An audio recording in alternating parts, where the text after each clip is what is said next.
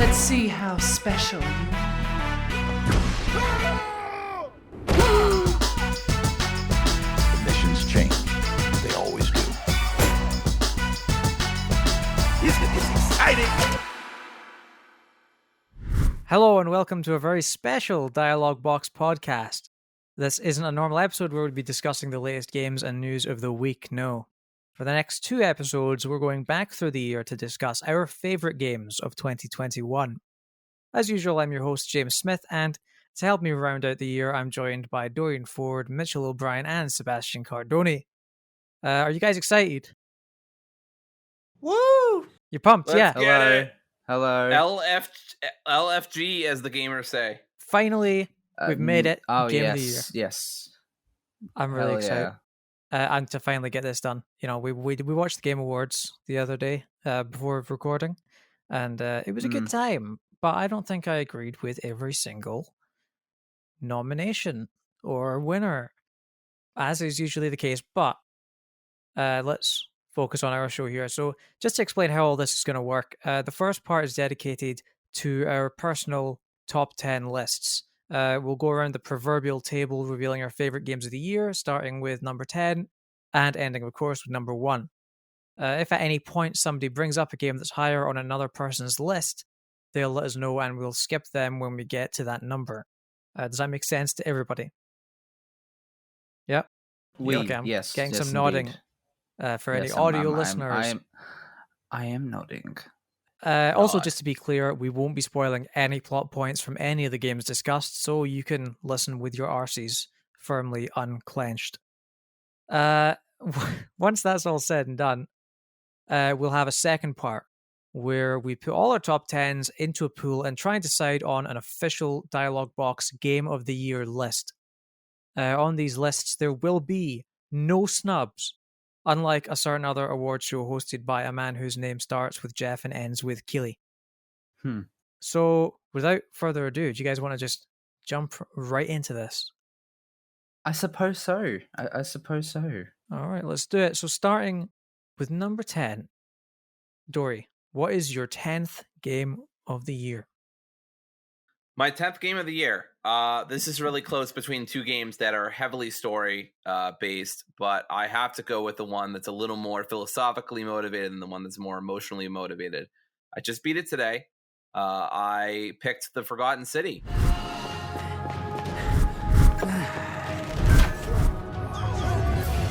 The many shall suffer for the sins of the one.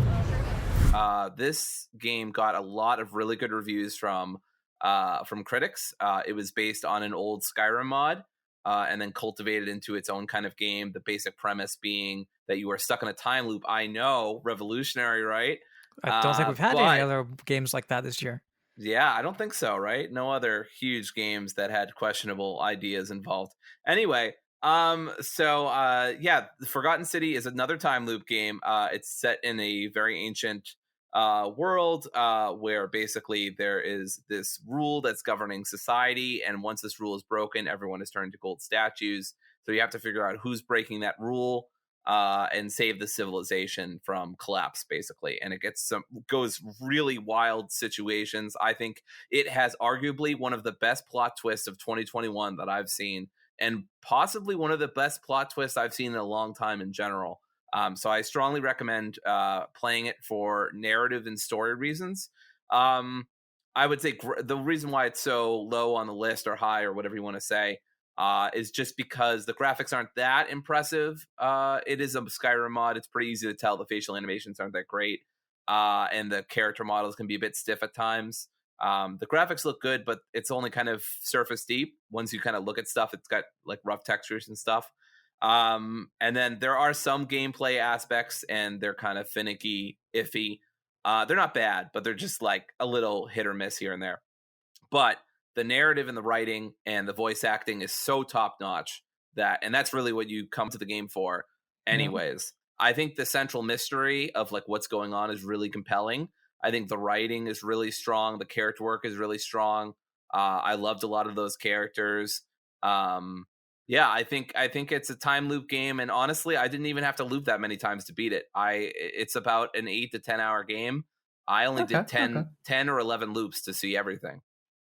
So So is the yeah. gameplay more like conversational, or is it okay? It's So it's not like there's conversational. I wouldn't say combat there's or even a lot of. I wouldn't even say there's a lot of puzzles. There's just a lot of interrelated quests that are like get this to get that to get this, but it's not like bland. And also, they make the time loop as painless as possible. There's an NPC at the beginning who you can just give certain directions to, and he'll do those quests for you, so you don't have to do them all over again. And it's really Okay. nice, and they really respect the player's time. Yeah, so I was ironically. I was gonna play it because it's on Game Pass. I didn't Yeah. get around to it, unfortunately, but I have heard a lot of praise about it. It's really good. Yeah, so it's kind of like it's narrative. It's very narrative focused, is what I've heard. It's like just a lot of Yes. walking around, talking to people. Yeah. That kind of thing. Yeah, and there are definitely times where like I would skip through some character lines if I was feeling like, okay, like I've heard enough from this person, or they're talking really slow, or I really want to see what's going to happen next. There were definitely times where I was, in that state, but for the most part, I mean, I really stayed glued to it. There's a couple of modern day references that I think are done actually really well and really tactfully, that I think actually are pretty funny. And yeah, like I said, it has a plot twist in it. I won't say anything more about it, but it has a couple of twists. And the first twist you find out, I think, is one of the best twists that I've seen in a long time, especially in video games, where we've had some other questionable twists this year with time loop games in specific. Yeah. So Forgotten City, I super recommend it. It got those good reviews for a good reason. Great. So that's your number 10. Just to check, did anybody else have this on their list? You guys can speak up. It's okay. No. Yeah, no, I didn't. Right. Okay. Well, in that case, Mitch, your number 10 is next. What have you got? My number 10. Well, I kind of deliberated over this one for a long time. Originally I had another game there. Then you just believe me when I say that I had another game there, but ultimately the game I chose to be at my number 10 is Battlefield 2042.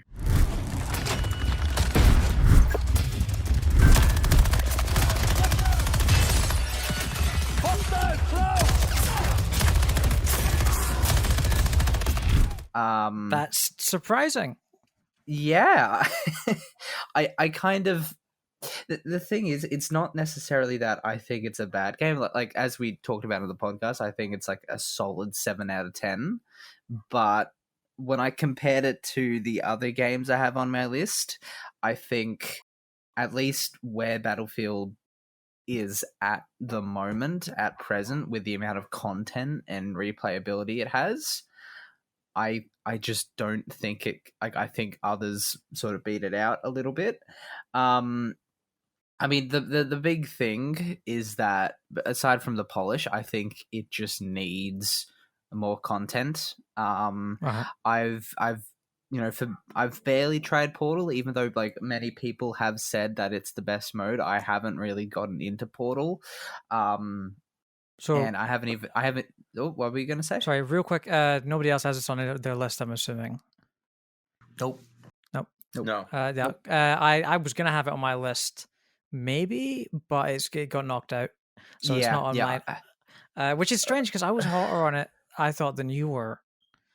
Slightly. Yeah, I think just once that honeymoon phase has worn off, Yeah. I've become less. I mean, I think it also matters how many games Mitch played versus how many games you played, James. If you had a larger pool to pick from, that's true. I mean, I've played like what 15, 16 in total, but like that's I didn't necessarily take remasters into account, but like ultimately, like originally it was like around the 6th or 7th spot, and then when it came down to the nitty gritty and deciding, I'm like, like I'd end up playing these games over Battlefield more often than not. Yeah, I had a lot of last minute changes on my list as well. Yeah, definitely. Like again, like it's a fun game, but I think the big thing this needed is that it needed its first season of content, or like its first battle pass in December instead of early 2022, whenever that is. Like Call of Duty has done the same thing, and I mean, like I can't speak to the quality of content added, but like it's a season, it's a battle pass, it's something. Yeah, going back so, to yeah, I don't know. going Yep. back around to Portal as well. I have played a fair amount of Portal. It's weird Yeah. because a lot of people, when the game came out, said that Portal was by far and away the best part of the game. I found myself gravitating towards the main part of the Yeah, game no, a likewise. lot more. I think because just simply because Portal doesn't have any progression. So Yeah, playing it feels a little bit like a waste of time once that like nostalgia Definitely. trip is past. definitely. I think it's that and the fact that like I don't have the same nostalgia for the other games as other people do. Like I can see a lot of people gravitating towards Portal because like I can play Battlefield Bad Company 2 or 1942, whereas I don't have the nostalgia for this game. So it's like some weapons and some mechanics just don't work for me, whereas Battlefield 2042, which does have progression, feels a lot better. Definitely. Yeah. But yeah, it was, like I said, it was very close to being on my list just because, like, there are problems. I think the reason it got knocked out is because, there are problems, as you said, with content, and there are problems with the gameplay at its core. The bullet spread, in effect, is a big drawback, which they have addressed a little bit, but it still doesn't feel perfect. So as of recording, they've made like some minute but good changes. Like they finally added in the little counter or whatever that says medics and other teammates are X meters away to revive you and stuff. Like they finally added that, but I think like there's that, and with the stories that have been broken about the development process of this game, it definitely, I don't want to say it feels like a rush job because it doesn't come off as necessarily rushed to me. It comes off as more ill-advised in some areas than rushed, if you know what I mean. Like the foundations are just kind of shoddy in themselves, and like in order to elevate themselves, they need to just not have a full rework, but like need to have a considerable amount of thought put into them to improve them. But like, I mean, mainly it comes down to like the specialists or operators, whatever they're called, that I think that system needs a lot of work to actually, encourage teamwork. Because at the moment, it's basically just like a big team battle for Call of Duty or something. That's basically what this game is. I think, but like, I think what it does so well, and probably that's part of the reason that you had it on your list at all, is like the maps is a big thing for me personally. Is like you have these huge maps, the biggest of any Battlefield game yet, and it doesn't feel empty. Like most of the time, it feels you've got like one battle happening on one side of the map and another battle happening on another side of the map, and it feels like these two games happening sort of codependently. And it feels like you're involved in this one fight, but there's another one going on across the map, and I think that's a really cool kind of way of presenting these big scale battles. Yeah, definitely. Cool. So that's your number 10, Battlefield 2042. Seb, you're up next. What's your number 10? All right, so my number 10 was really hard because it was between 7 games, and ultimately I decided to pick Life is Strange: True Colors. What are you gonna do now? I need to find out exactly what happened that night. For myself. And for Gabe. Son of a... What the fuck? It had the most emotional impact on me Seb, among all the 7 games. Yep. I thought for sure that I was going to have the first upset. Here was my number 10. Oh. Why is that? I didn't think Life is Strange was going to come out. Life is Strange is my game of the year. Oh. Really? Yes. Okay. Life is Strange isn't my game of the year, but if you don't count remasters, then it's also my game of the year. Why? So where's it on your list, Dory? It's number 3. Okay. I believe. Let me double check, but I'm pretty sure it's number 3. This is ridiculous. Yeah. James, would it help to say that I do not Would it help to say that I do not have Life is Strange True Colors on my list as of yet? I would be very disappointed. I don't have the game. yeah. That's why I changed. Yeah, if you don't count remasters, it's number 1 on my list. But yeah, anyway, continue, Seb, with your atrocious ranking. It almost didn't make my top 10. I put it in there today. What's wrong with So you? disappointed. There's 7 other games. I played over respect 70 it. games this year. I beat over 70 I games respect this year. the alternate opinion. I'm just yeah. really bummed out because I didn't think it was going to come at this. But let's talk about it. I mean, this game deserves its due, so let's give it. So Life is Strange True Colors had an amazing story, very lovable cast of characters. I think it's the best game in the series now. Absolutely. I fell in love with Alex. I loved her quirky personality. My Alex was more outgoing and was more of like a rock star compared to another playthrough. But I really love the characters. Like almost every character in that game was well rounded. I love the setting. I love that it was able to be a thrilling story in a very small same setting the entire game. I love what they did in episode 3. I was really into that because I'm a big can't say what, but I'm a big fan of that genre. I think you could say it. Because it's not a story spoiler. Honestly, I'm a big they fan of shadow RPGs. it. They foreshadow it for a long time in episode 1 and 2. So I don't know. I'm like iffy on whether this is a spoiler, but yeah. I think we're good. I think we're good spoiling like things like that, just not plot points, because it isn't a plot point. But yeah, it had a profound effect on me. I was really into it. I got very emotionally invested in the story and the characters. So yeah, what it didn't you definitely like deserved to about be it? my top 10. What? What didn't you like it? Like, why is it so high up on or low on your list? Whatever. The reason I don't put it higher is because I think there's games that are like way better. Like games are like 9 out of 10s, 10 out of 10s, and this game is like something in the 8s. And 2, I thought the ending was very anticlimactic. I thought it was rushed. That's fair. Like I said, I wish episode 5 was stronger. I had such a great story, and then episode 5 was the weakest episode for me. Yeah, just because it was so rushed. And, I kind of agree. So I think episode 5 it did feel rushed, especially towards the beginning. It felt like, okay, this is where we wrap things up. Yeah. It definitely had some pacing issues because you're stuck in some sequences that I felt.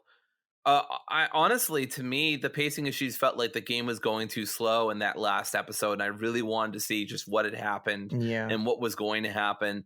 I agree with Seb. I mean, there are 2 major endings, and I picked one of them, and the one that I got was it was kind of anticlimactic.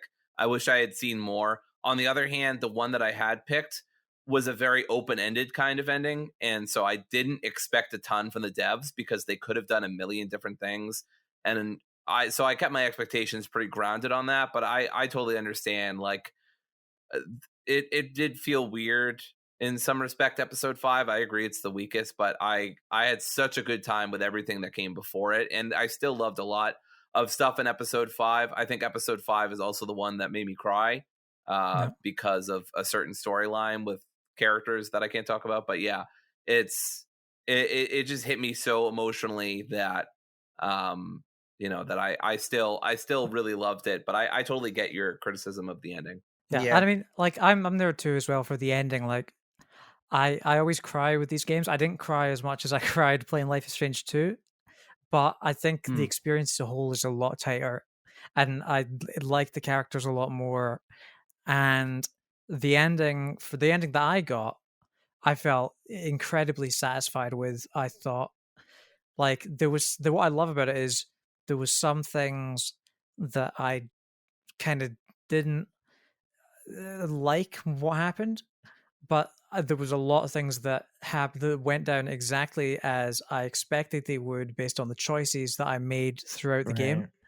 And like just the way that they sort of tie up all of those decisions that you make throughout the game, it all falls into place so perfectly. It all feels exactly as it should be. Right. And I think sorry, go ahead. if I could, I think my absolute favorite thing about True Colors is the moments, like just those little character moments. Like there's a bit early on where you have this really heartfelt moment with Ryan on the up in the cliffs, in episode 2. Yep. And there's that moment in episode 4 with the concert, which is just, it's moments You know, that it was funny because I had just been singing that song to myself like a couple days prior to that episode, and I had no idea that song was in there, but I had just been thinking about that song. I love that song. It's such a great song. I mean, like that moment got me to kind of want to start like learn how to play guitar, just because like it's such a magical moment. Like it's a moment that's not necessarily tied to the story, but it's so beautiful in the way that it develops these characters and the relationships between them. Right. And it's just, it's so well done. I love. Go ahead, Seb. I love the music. I have the whole soundtrack on my rock playlist on Spotify. Absolutely. I love that soundtrack. I love the moments where it just lets you breathe. You could just sit down and watch the scenery and listen to music. I really love that. I love the game mechanics of seeing people's emotions. Like that was very unique. I haven't really seen that ever in a game. I love Steph. I think she's my favorite Life is Strange character. I've loved her since Before the Storm. I love that relationship with Alex and her. That was my playthrough. Same. I was so totally into that.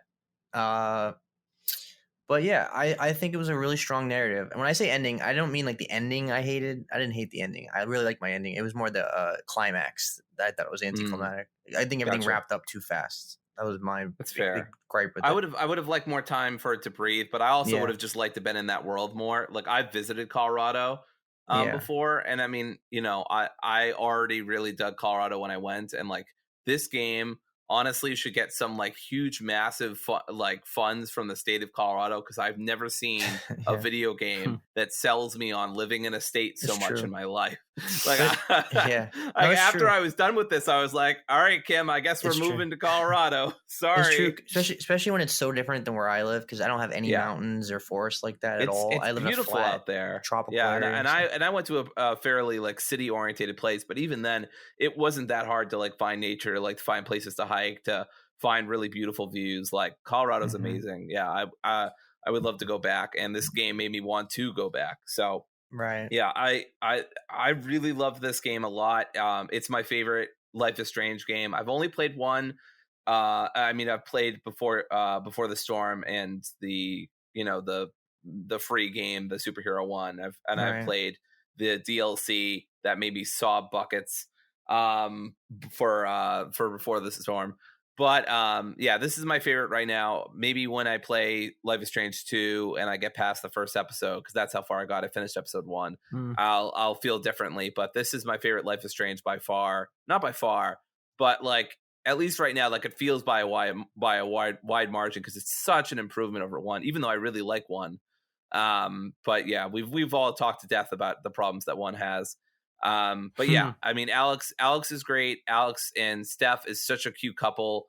There's so many great characters. All the mechanics worked for me. All the storylines pretty much worked for me. Besides again, some minor nitpicks in episode 5 that I think hold it back from like being a 5 out of 5 for me, but it's really close to a 5 out of 5. Right. So yeah, top 10 game. For me, it's also, I wouldn't give it a 10 out of 10, but I wouldn't give any game this year a 10 out of 10, but it's definitely like a 9.5. Yeah. I agree definitely with that. up there. I agree with that. All right. Well, we've come back around to my number 10. So yeah, my number 10 is Little Nightmares 2.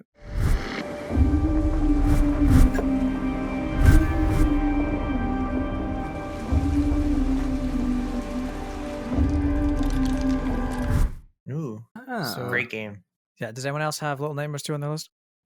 No, but it's my honorable mention, if I can say that. Okay, well, I played Little Nightmares 2 right at the end of the year, after playing the first one, to catch up to play the sequel, of course. And yeah, I don't think it does things as well as the first game does. I think the first game had some really cool moments where you were like, oh, holy shit. With this one, I don't recall any moments that were that impressive. They obviously they didn't want to reuse the same tricks. That's fair enough. I think I just really enjoyed because it was more of the same. What do you mean by impressive? Impressive though. Like, what do you mean? I mean, like, you know, there weren't any of those moments that just shocked me. You know, You mean like like there the first time was. the big fat guys chase you and like the chef trying to eat you? No, Like I that mean, kind of. okay, I'm gonna spoil Little Nightmares 1 here. So, Okay.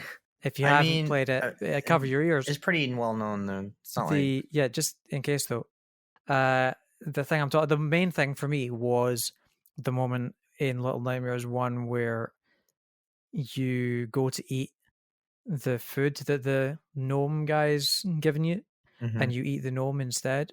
yeah, true. Because it was kind of like, because throughout the game, if you haven't played it, throughout the game, you get these moments where your character's starving, and you know the first one, some other kid passes you some bread, and you eat that bread, and then you get more and more desperate. You find some raw meat, and you eat the raw meat, and then you know you find a dead rat, and you eat the dead rat, and then you find a dead body, and you eat the dead body That's because that's the true. only thing that you can eat. That's And true. then you get to this part where this little gnome guy is trying to offer you this bread, and you Oh no, walk up not the to him, gnome. and you walk up to him thinking, okay, I'm going to eat this bread. This is really nice. This guy, I'm going to walk up and eat this bread. And then your character just starts devouring the little gnome guy. And it's just like, what I knew the it. I thought, fuck? yeah, it's true. But to be fair, the ending of the second game was is a crazy twist ending. That's true. The ending was, It was a holy shit moment. it didn't hit me the same, but it was like, that's the thing. Yeah. This game does the same things. It doesn't, in my mind, doesn't necessarily do them as well as the first game, but it does them really well. It follows the same formula, and it hits it almost to a T. And I'd more of the same. You can't complain, Right. with that really. The teacher sequence with her long neck and stuff, that was crazy. Yeah, that was creepy. kind of weird. That wasn't my favorite. I think my favorite part was the opening, actually, with the guy, the hunter. Yeah. I thought like there was some really cool stuff going on there, and also like the new dynamic sort of in Little Nightmares 2 compared to the first game is you have a companion character with you, and so Right. that opens up a lot more sort of variation in the puzzles and how those work. And it's like you really sort of form a bond. Obviously, there's no dialogue, but you really form a bond with this character, and it's Right. that same thing like Uncharted 2 with Tenzin. You know how you form a bond with him without being able the two characters speaking to each other just through gameplay and through working together, you know. Right. And it's the right. same thing. You know, you form a bond with these characters just through solving these puzzles together, and like maybe this other character will show you the solution to a puzzle, and it's this kind of teamwork dynamic that really develops those characters in that Right. relationship. Yeah, like I think the best part of that game more than anything besides the atmosphere is just the pacing. Like it's a really solid, great 2 to 3 hour experience. Like, you know what I mean? It knows when to end. Like it doesn't wear itself out and drag it out to like a 12-hour game, and it knows exactly how long it needs to be. Just like the first game, that's why I really appreciate about those games more than anything is just they don't overstay their welcome. They give Absolutely. you a great experience and then the end. So Right. Well, that's all I really have to say on Little Nightmares 2. So that's a good pick. I like that pick. yeah, that's all our number 10. So let's go back around to Dory for your number 9. Hello, my number 9. So Joseph Ferris, what's up? That's his name, right? I got the name right. So Yes, unless you're yes. Marvel, everybody, in this life, I do believe it takes two. It's an epic day set upon the high seas, an odyssey through time and space. Pew, pew, pew, pew. And that's You're my killing number me. 9. You guys are killing me. It takes two, Yeah. baby. It Takes Two is my baby. third game of the year. I want to say you just right. gotta. Sorry, Yeah, Dory, you go. I want to say right at the beginning that there is a gameplay mechanic in It Takes Two. It only lasts for like a minute. It should have lasted longer, but it is what, and I've talked about this on podcasts, but I'll say it here too. One of the best gameplay mechanics, the best feeling gameplay mechanics I've ever experienced in my life. Like period. Like this game is chef's kiss when it comes to gameplay. I really think gameplay is the king in this game. I've heard lately like people dunking on the story, saying it's not interesting, saying like it's only surface deep. I don't really agree with that. I also think there's just a dearth of like divorce-based stories that I see in media. Like obviously like Marriage Story was big a few years ago or whatever, but like that's an outlier. Like for the most part, like Great movie. like for the most part, media just doesn't cover this topic because it's sad and like no one wants to hear about it. And everyone wants to hear about people getting together. No one wants to hear how they fall apart, especially not in front of a child. Right. So I don't really think it matters that the story doesn't say anything super interesting about divorce, because not a lot of video games deal with divorce to begin with. And like, I'm okay with a game that is like divorce for dummies, basically. I mean, like, this is why divorce happens. This is what leads to it. Like, this is the effect it has on children, on the people involved. This is like some of the upsides, the surprising upsides of it. Like, I thought it was done really, really well. And I don't think it needs to say something revolutionary or new or interesting to be good. So that's my hot take on the story. It's not the most complex story I ever played, but it doesn't need to be. No. Yeah. And the story is just a vehicle for the gameplay anyway. Exactly. It's not really the main point of why you're playing It Takes Two anyway. It's just a useful story. There were definitely times, especially towards the end of the game, where I'm like, oh my God, can this game just please end? Because it feels like it goes about an hour or two too long for me personally. Yeah. But Kim and I had a blast. She's not like she's not like a super like hardcore gamer.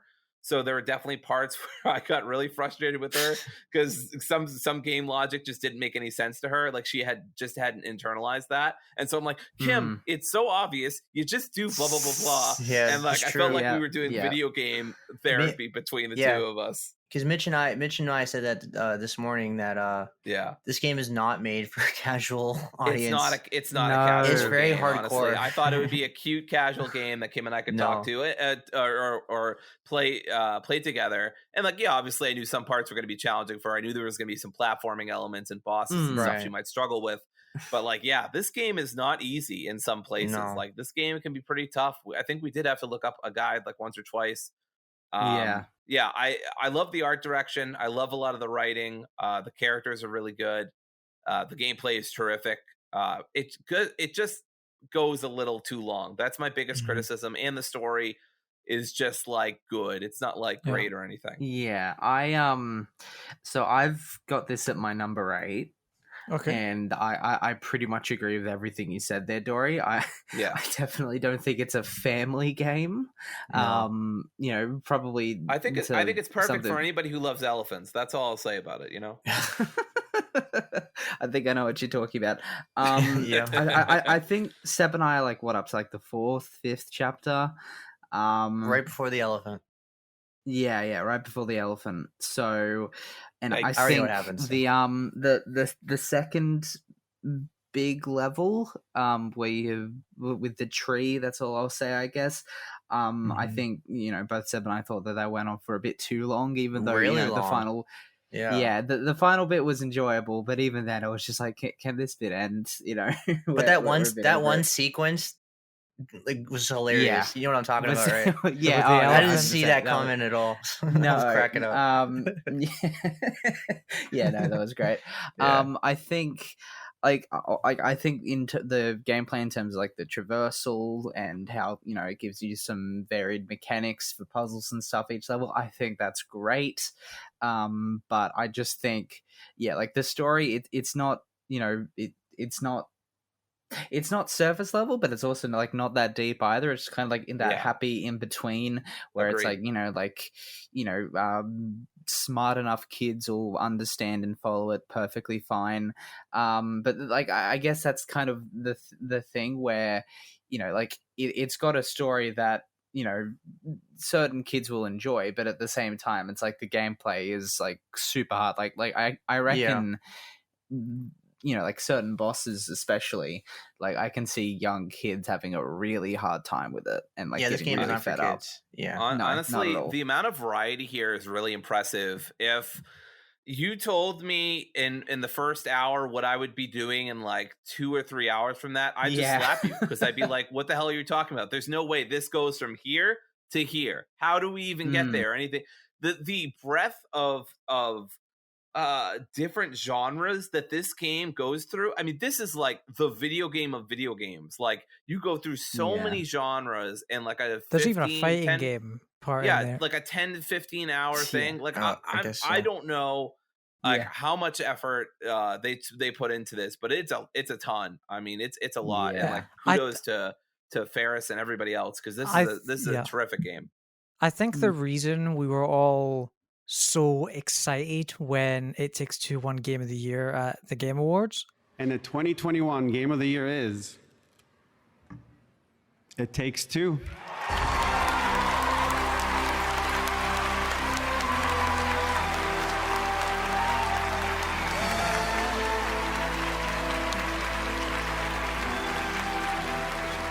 is because of the speech. It's the underdog, right?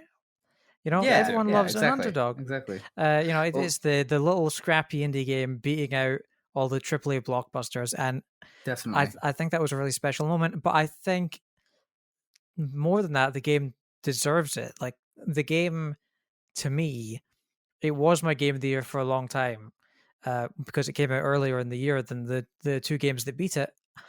But I think the reason for that is, like you guys said, it does tackle all these different types of gameplay, and it achieves an astounding level of success with each and every one of them. And, you know, besides the pacing issues, which I do agree with, you know, it hits a lot of really great beats with its pacing. Like, it is paced really well. And, you know, you have like these segmented levels with these different gameplay types and these different characters. And it's almost like a road trip kind of thing. And you get to see these two characters develop throughout the story, throughout this journey that they go on. And I think it may not have the most to say about its subject matter, but I think the way that they tackle the story and the characters is really special. It's about all I could really ask for. Definitely. Yep. Right. Yeah. Okay, well, that's It Takes Two. Mitch, what's your number 9? My number 9 is Scarlet Nexus. Just know everything is going to work out. Wait!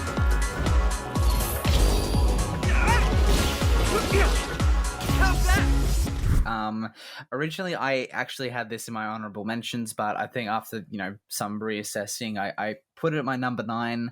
I'm not, I haven't finished it yet. I'm only partway through the story, so it's not, you know, the story hasn't sold me so far, but I have heard it gets better, or at the very less weirder.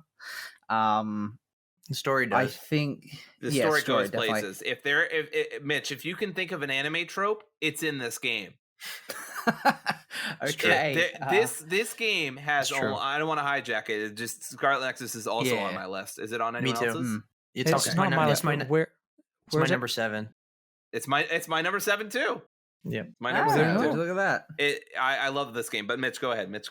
Yeah, go ahead. I was going to say story. You know, it's not grabbing at the moment, but like I'm sure it will at least definitely have me in its grasp later on.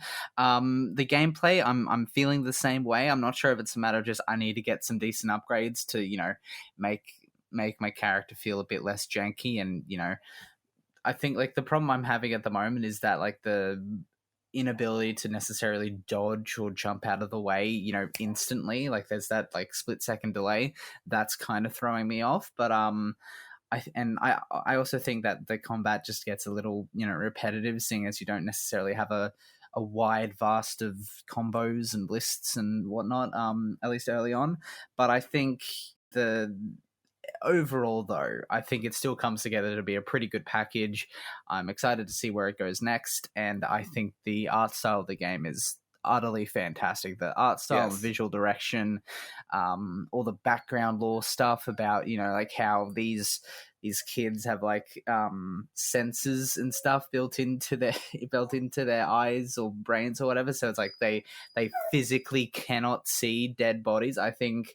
Like it's a weird detail I picked up on there, but it's like it's one of those small details that just make me fall in love with the world because of how unique and interesting Take that it dog is. out, Mitch. No, you know what, Dory? I'm just gonna let it sit there. No, he'll be fine. He just whines like that, anyways. But yeah, no, like I think I'm I'm excited to play more. Definitely. You know what? You know what's not on my top 10 list of the year? Mitch being mean to his dog. Like, get the Yeah, fuck out of Mitch, here. come get the fuck on. out of here. No, so this is the part. Yeah, so I Aw. love anime bullshit, and so I was a huge fan of Scarlet Nexus. Does everything in this story make sense? Hell no. Do they adequately explain all the things in the story that don't make sense? Of course they don't. Do every single anime trope under the sun come up in like over the course of the day, course of the game? Absolutely, it does. Did I love it? Yeah. Yes, I did. Because like I love that shit. Like it just did not care what you thought about its story. It's like, this is an anime game for people who really love those silly tropes, and like if you're not with it, then you should just get out now. And like I really appreciate that dedication, because there will definitely be some games that are like, well, of course we're anime, but like we're not that kind of anime that we like have all this like really weird plot points. And like, yeah, I really appreciated how gung-ho they were with their weirdness. And yeah, there's definitely inconsistencies, plot holes, anything you want to say, but I found it very enjoyable overall. I got to say, I also really appreciate that they were so upfront with that sort of anime-ness of the game, because it's literally an anime based on the video game. Right, because it allowed me to kind of play the first half hour and realize, nope, not for me. I'm out of here. Yeah. Yeah, and I think that forwardness is very appreciated for folks. Yeah, I mean, I remember asking around a couple of months ago. I was like, hey, like I really like action RPGs, and I was wondering, like, do you think I'll like this? I like Kingdom Hearts, blah blah blah. And yeah, basically everyone who had played it says, yeah, including Seb, was like, yeah, you need to play this, you'll love it. And yeah, like I and it's not just the wacky story, right? So Mitch, you're absolutely right. When you get more of those abilities, that combat, like I just flippin' love that combat. It's so good. You can do so many different things. You have so many abilities by the end of the game. It's really good. My only real criticism with Scarlet Nexus is there is one boss that just sucks. I don't know what the dev team was doing during the designing of that boss in particular, because it's just that one boss, but they suck, and it's so annoying. And like you haven't quite gotten so many powers and used them for so long that you quite understand what you're supposed to do, at least in my experience. So like my neighbor, my upstairs neighbor, I'm very sorry, was not happy with me at 12:30 at night being like, what the hell, this stupid boss is so cheap. But that aside, yeah, I love the characters, I love the gameplay, the graphics are great. I don't care that there aren't really cutscenes. I know that bothers some people. It feels cheap or something. Look, this game got really good reviews. I think it sold decently. So maybe maybe Namco will give it a better budget next time. But I didn't care personally. I don't actually mind the like the visual novel storybook cutscenes as much as most people. Like I think there's some moments, like I'm not going to spoil early on, that make really good use of them, like in action scenes especially, and like they're still images, but like they feel kinetic enough, and you've got the sound effects and whatnot that makes it feel more kinetic and action packed than it actually is. But yeah, no, I definitely think it's a good one. Yeah. I don't know how else to wrap this up, but it is a good one. Seb, did you have anything else? So for me, it was in my top 5 for most of the year until some new games came out recently. But it's an incredible game. The gameplay is arguably the best gameplay of the year. Arguably, like I said. The style is amazing. I really love the style. I haven't had this much fun with the style since Persona 5. Even it's very similar to Persona 5 with the friendship system that has in there, where you hang out with your friends and you boost their characters through hanging out with them and stuff. I love the whole aesthetic of this, like a cyber, like anime cyberpunk version, like where I don't know how to explain it. You guys know what I'm saying. It's like a futuristic. I don't know. What's that?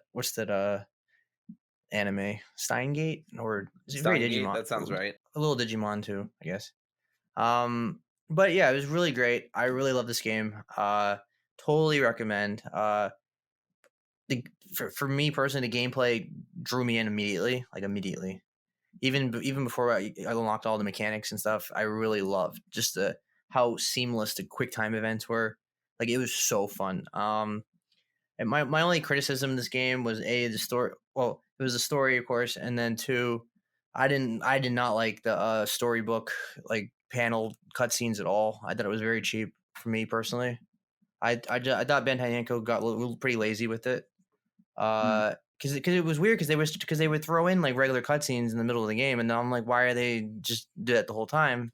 It just feels like a weird style choice that they jump from one thing to another. I don't know, but Yeah, that was me. I think that feels very JRPG to me. It does, but they have you a know, lot of that kind of stuff. I didn't like that choice, but Yeah. but it wasn't a huge deal to me. It was like kind of a nitpick, but I think that's that's just to go on a slight tangent. Like, I think that's why I get turned off a lot of JRPGs. It's exactly that kind of thing that just doesn't jive with me. Like having to read subtitles when there's no voiceover. As well, you know. I also wanted to say this game sometimes felt like so perfect in how it was paced. Like each campaign, there are 2 campaigns in total. I only played the first one. I don't know that I'll go back to play the second because I enjoyed my time so much with it, and I feel like I got everything I could get out of it. Really, not story wise, but gameplay wise. But they do give you the option to do New Game Plus at the level you're at, and then keep the monsters at the level they would normally be, so you can just cruise through that second story if you really want to and beat it in like half the time. Plus you can always skip cutscenes that are repeated from the last one. But I just wanted to say, like, the last thing I want to say about this is like those little intermission sections where you get to spend time with all the characters and you get to do a little quest for them. Oh my god, some of my favorite character work in this year was done in those sections. I wanted to live in those sections. Like, it was so good, so wholesome. There are so many good friendships that you could develop. It didn't feel cheap. It didn't feel like, I was just giving people gifts to like make it stronger. It really felt like I was getting to know my team, getting to become friends with them, going through tough struggles, going through victories. Like, that was some of my favorite stuff. And the gameplay is amazing too. Really, if it wasn't, I do have some minor nitpicks again about the boss and about some pacing stuff. But yeah, I mean, Scarlet Nexus is still like a really terrific game, even though it's at number 7. And to add on to that with the friends and the gameplay, I really loved all the mechanics of like every person in your party gives you a different ability. Like one gives you like fire, one gives you invisibility, and you can do so much with it. Like, I haven't had that much fun with like a special ability since like Kingdom Hearts 2, where like you press triangle and you do some really badass move. I haven't seen that in so long. Yeah, like that's why that's what it reminded me of the most. Right. So, moving on then, Seb, what's your number 9? My number 9 is Resident Evil Village.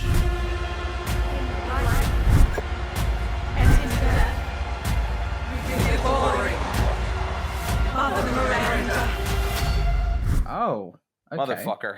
It's not even on my list, I'll be honest with you. James, how could you?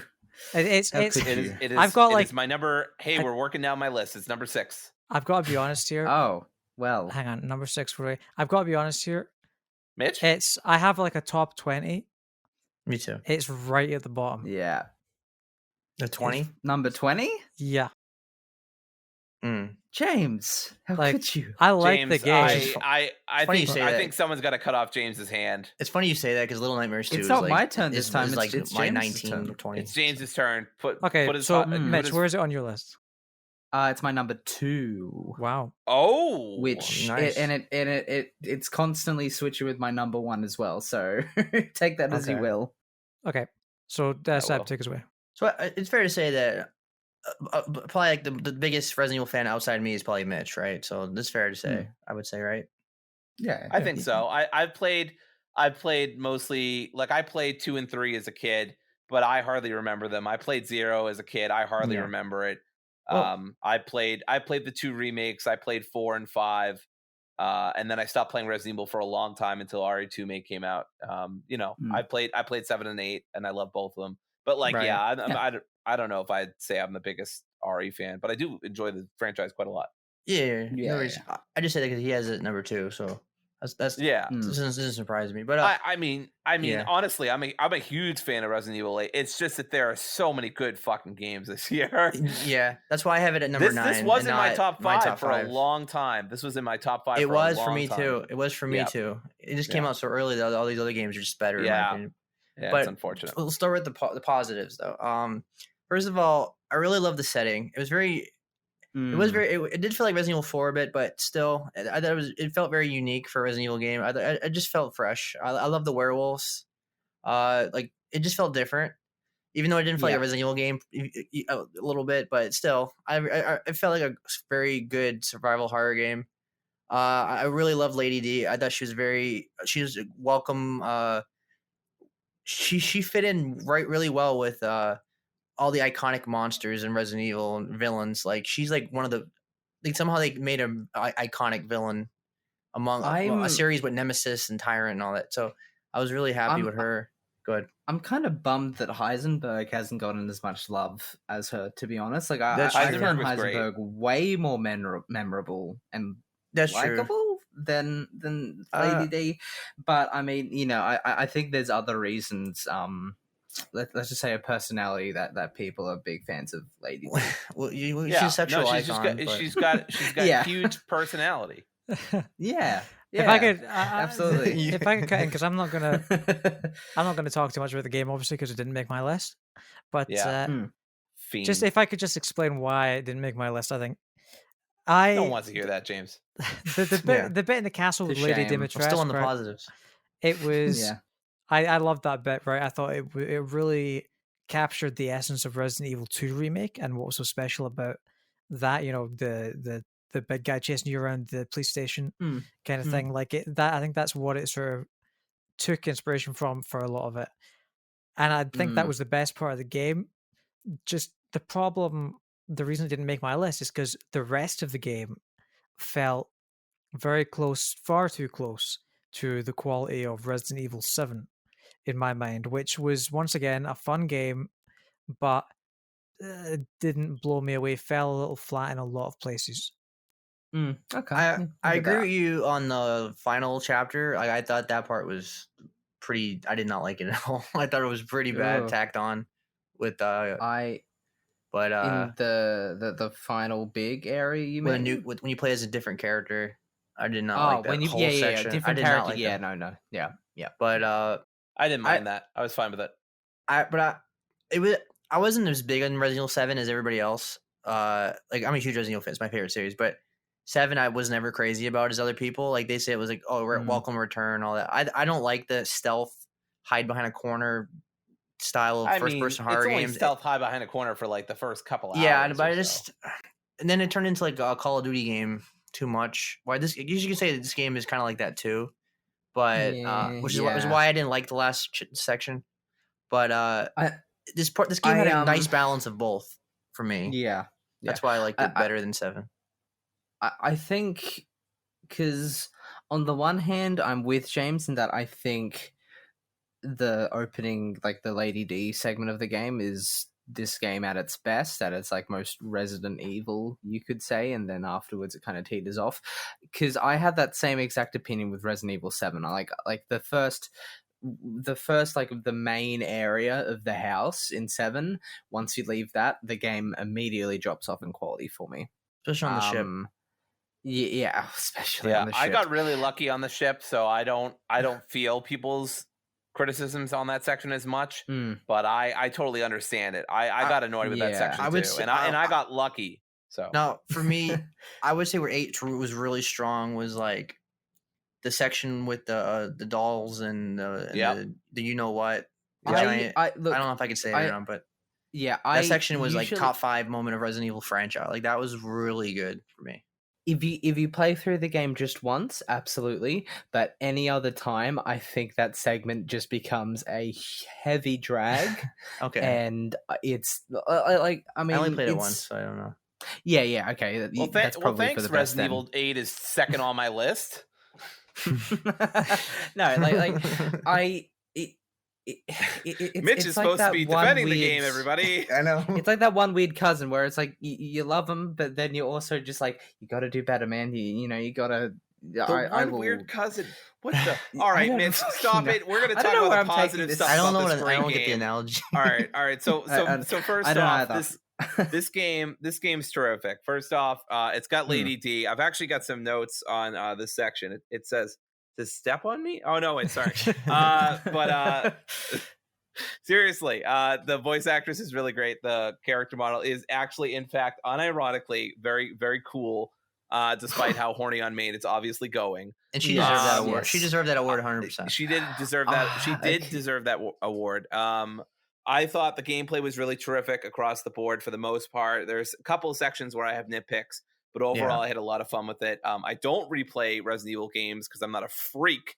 So I don't care that the doll section drags on the second replay. But I totally get what you're saying, Mitch, and where you're coming from on that. I've heard that from speedrunners too, about like saying I love this game, but the trying to replay the doll section is tough. But I will say before Seb comes in here that that section scared the hell out of me. It was one of the scariest things I've experienced all year. It was so well done. I agree that everything afterwards is a relative drop off, but it was so good that even a relative drop off is like, that was pretty much perfect. And then everything else for me was like a 4 or 4.5 out of 5. Which is exactly why it's 9 on my list. Because once I got past that section with the dolls, not out of 10. Once it gets past that section with the dolls, it falls off for me. Because I'm a huge Resident Evil fan. I've beaten almost every game like over 5-6 times or 10 times. And I've only beaten 7 once and 8 once. So I'm just not as crazy on the first person games as other people. I just prefer the third person. Because Resident Evil 2 Remake I beat 12 times, and Resident Evil 3 Remake I beat 10 times. So yeah, I don't replay games in general. I mean, like that many times. Well, I can beat it in 50 minutes. That's why. So yeah, you had to beat it for the 15. 50. You can beat it in 50 minutes. 50. Okay. You had to beat like 5 times for the platinum, or 3 times for the platinum. Yeah. So I thought this game was great. My main criticism is that Ethan's not necessarily the best main character, but I also don't think that he's not like Joel. He's not trying to be incredibly emotionally complicated. This isn't, this is a sad dad story, but it's not like that kind of sad dad story where he's super emotionally complex. Sorry, if I could interject, like you've just reminded me of another reason why this game didn't make my list. Yeah, Ethan's a fucking idiot.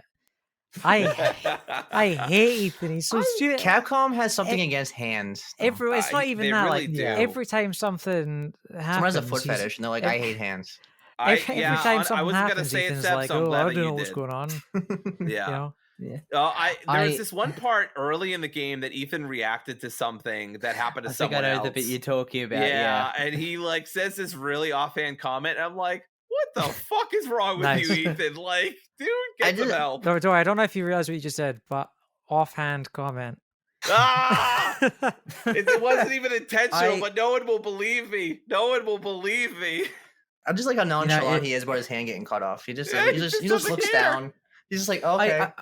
I will also say the twist in this game towards the end I thought was really well done and really cool. And I thought was a really good connection between 7 and 8. I know some people dunked on it, said, "Oh, they're rewriting history," or whatever. But like, I thought that was really cool.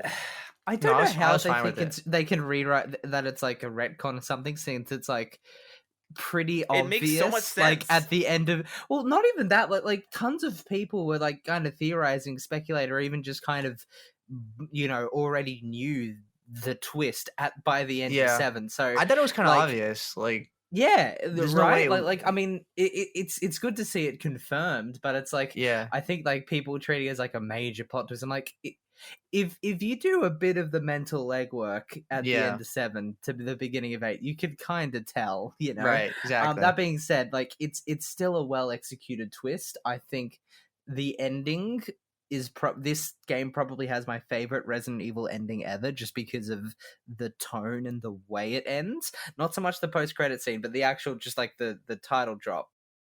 I love that with the music and the credits and everything. Spectacular. I think like tone for the whole game as well. The tone I think is the perfect tone that the Resident Evil 4 remake has to have. I know they're not going to go the full campy route as they had in 2005 or 4, because that's just not gonna work. but I feel like if they're gonna remake Resident Evil 4, I feel like this is the tone that they have to have, where it's like it has its dark moments and it's creepy and it lets it kind of forebode for a little bit, but then it's not, it gets unapologetically silly, but especially by That's the 4 end. too, though. No, 4 has like regenerators and scary moments. I mean, like it does, but like And they feel more like the exception to the rule. The character in the dungeon too. The Wolverine type character. They feel like more like exceptions to the rule, if you know what I mean. Like it's not. I feel like the tone is a lot more well balanced throughout Village than 4. But like that's just down to different like directions and aims. Like it's not necessarily like an issue with either. Yeah. Well, with that said, listen, let's move on. So yeah, my number 9 is, and I know this is going to be an upset for some of you, Guardians of the Galaxy. I hope you've got one hell of a speech plan, Peter. That makes 2 of us. Follow me! What the fuck, dude? That's on my list. I had a feeling it was.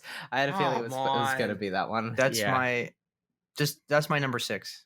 That's my number 5. 3. That's my number 5. We're going right up Dory's list in order. You're going right down my fucking list, everybody. It's not even just James. I can't blame James. So that's right. It was your number 3, Mitch. Yes. Did we do your number 1 already? No. Okay. Yeah. I was going to say, no one's your top 3 already. I feel like some of you could already guess what it is, though, yeah. Yeah, Dory, it's yours... Knack 3. I knew it. Yeah. Where is it on your list, Dory? It's number 5, I believe. Right. Let me double check, but I'm pretty sure it's number 5. I just looked recently. Yes, number 5. Okay. So Number it's on 6. everyone's list. Yep. Probably unsurprisingly. So yeah, the reason, which is ironic. Listen, it's a fantastic shit on this game. It's a fantastic game. So I think what it does so well, and I think what we all praised it for when it came out, and what we're also surprised by, is the fact that it lets you forget that the Guardians of the Galaxy movies exist. Because I think after Avengers came out, and it felt so much like it was trying to riff off of the movies, and it felt like a cheap copy in a lot of places. Yeah, I agree. I think that's kind of what we were expecting from this game. So I think its biggest triumph is sort of taking these same characters and, sure, it's inspired by the movies to some extent, but carving out its own identity and, making it like stand on its own and really developing these characters in a way that feels isolated from the movie and feels like it really stands on its own. Exactly. This game's biggest achievement is number 1. If I could have Marvel's Guardians of the Galaxy Volume 3, or I could have a sequel to this game, I would have a sequel to this game. Also, it means no Chris Pratt, but like I would have a sequel to this game. Like I love these characters a lot, and like I love the Guardians of the Galaxy movies. The first one's one of my favorite Marvel movies, and the second one was great. But I love this game a lot, and like I would take a sequel to this in a heartbeat. They've been pretty tight-lipped about whether that's going to happen, but I mean they gotta. I mean, just like if we were giving out, I don't know, if we were doing like a fake award show or something like that, and we were giving out like, I don't know, a fake award for worst ads for the best game of the year or something, or like worst ads for the best game. Totally agree. That would be this. Like that the trailer sucked. did nothing for me. The trailer sucked. Everything made this game look so generic and uninteresting. I know, and it's just so good. It's so good, and the trailers just did it no justice. Exactly. I think this is one of those like weird games that are kind of unmarketable because, like, you can't market because like all the best parts of the story are huge spoilers, and like you like I remember thinking like the main villain, I guess you could say. I remember seeing him in the trailers and like this dude looks like the most uninspired, boring ass villain I've ever seen. I can't believe this guy's going to be a main villain. And then when you get to the game, it's like, holy shit, he's kind of a great villain. Yeah.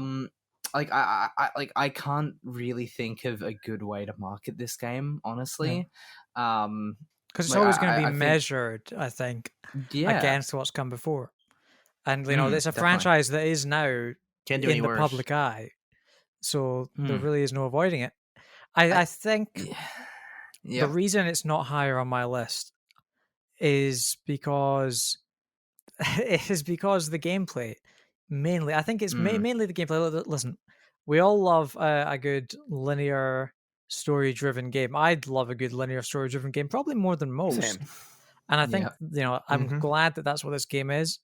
Where it falls short for me is the combat. Just plain and simple. Really? I'm with you on this one. It has some punch to it in some places, but for the most part, it feels like you're kind of doing the same stuff over and over again. Yeah, it feels It feels shallow.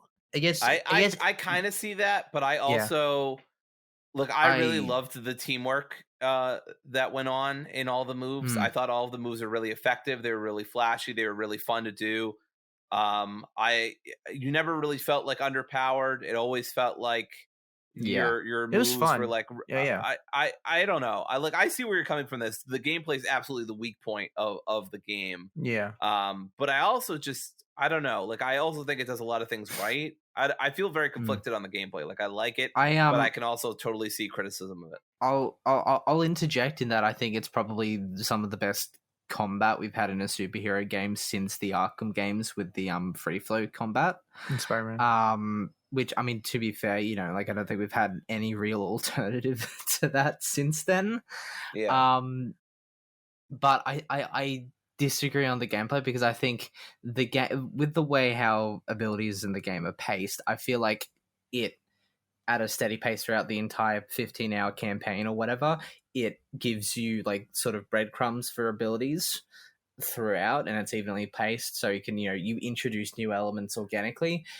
The big problem for me is, and James kind of brought it up earlier, but it's how linear the game is, or it's all right. Less so how linear it is, but the fact that the characters are just constantly and never stop talking.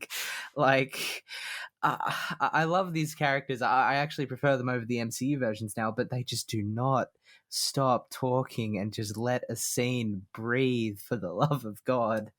No, I totally. You can't even go off and explore for items and collectibles without them, you know, but I bagging think that's into charming. you.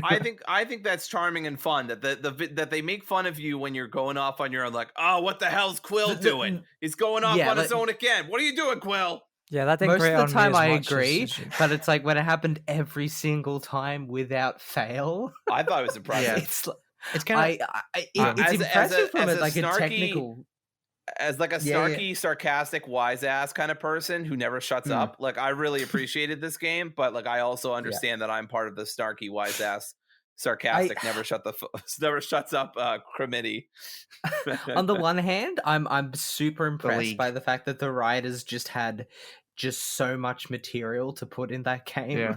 Anyone should check out the interview with that Ben Hansen from MinMax did with the people behind the game, because even one of the lead creators was like, are we gonna have this much dialogue like all the time? Yeah.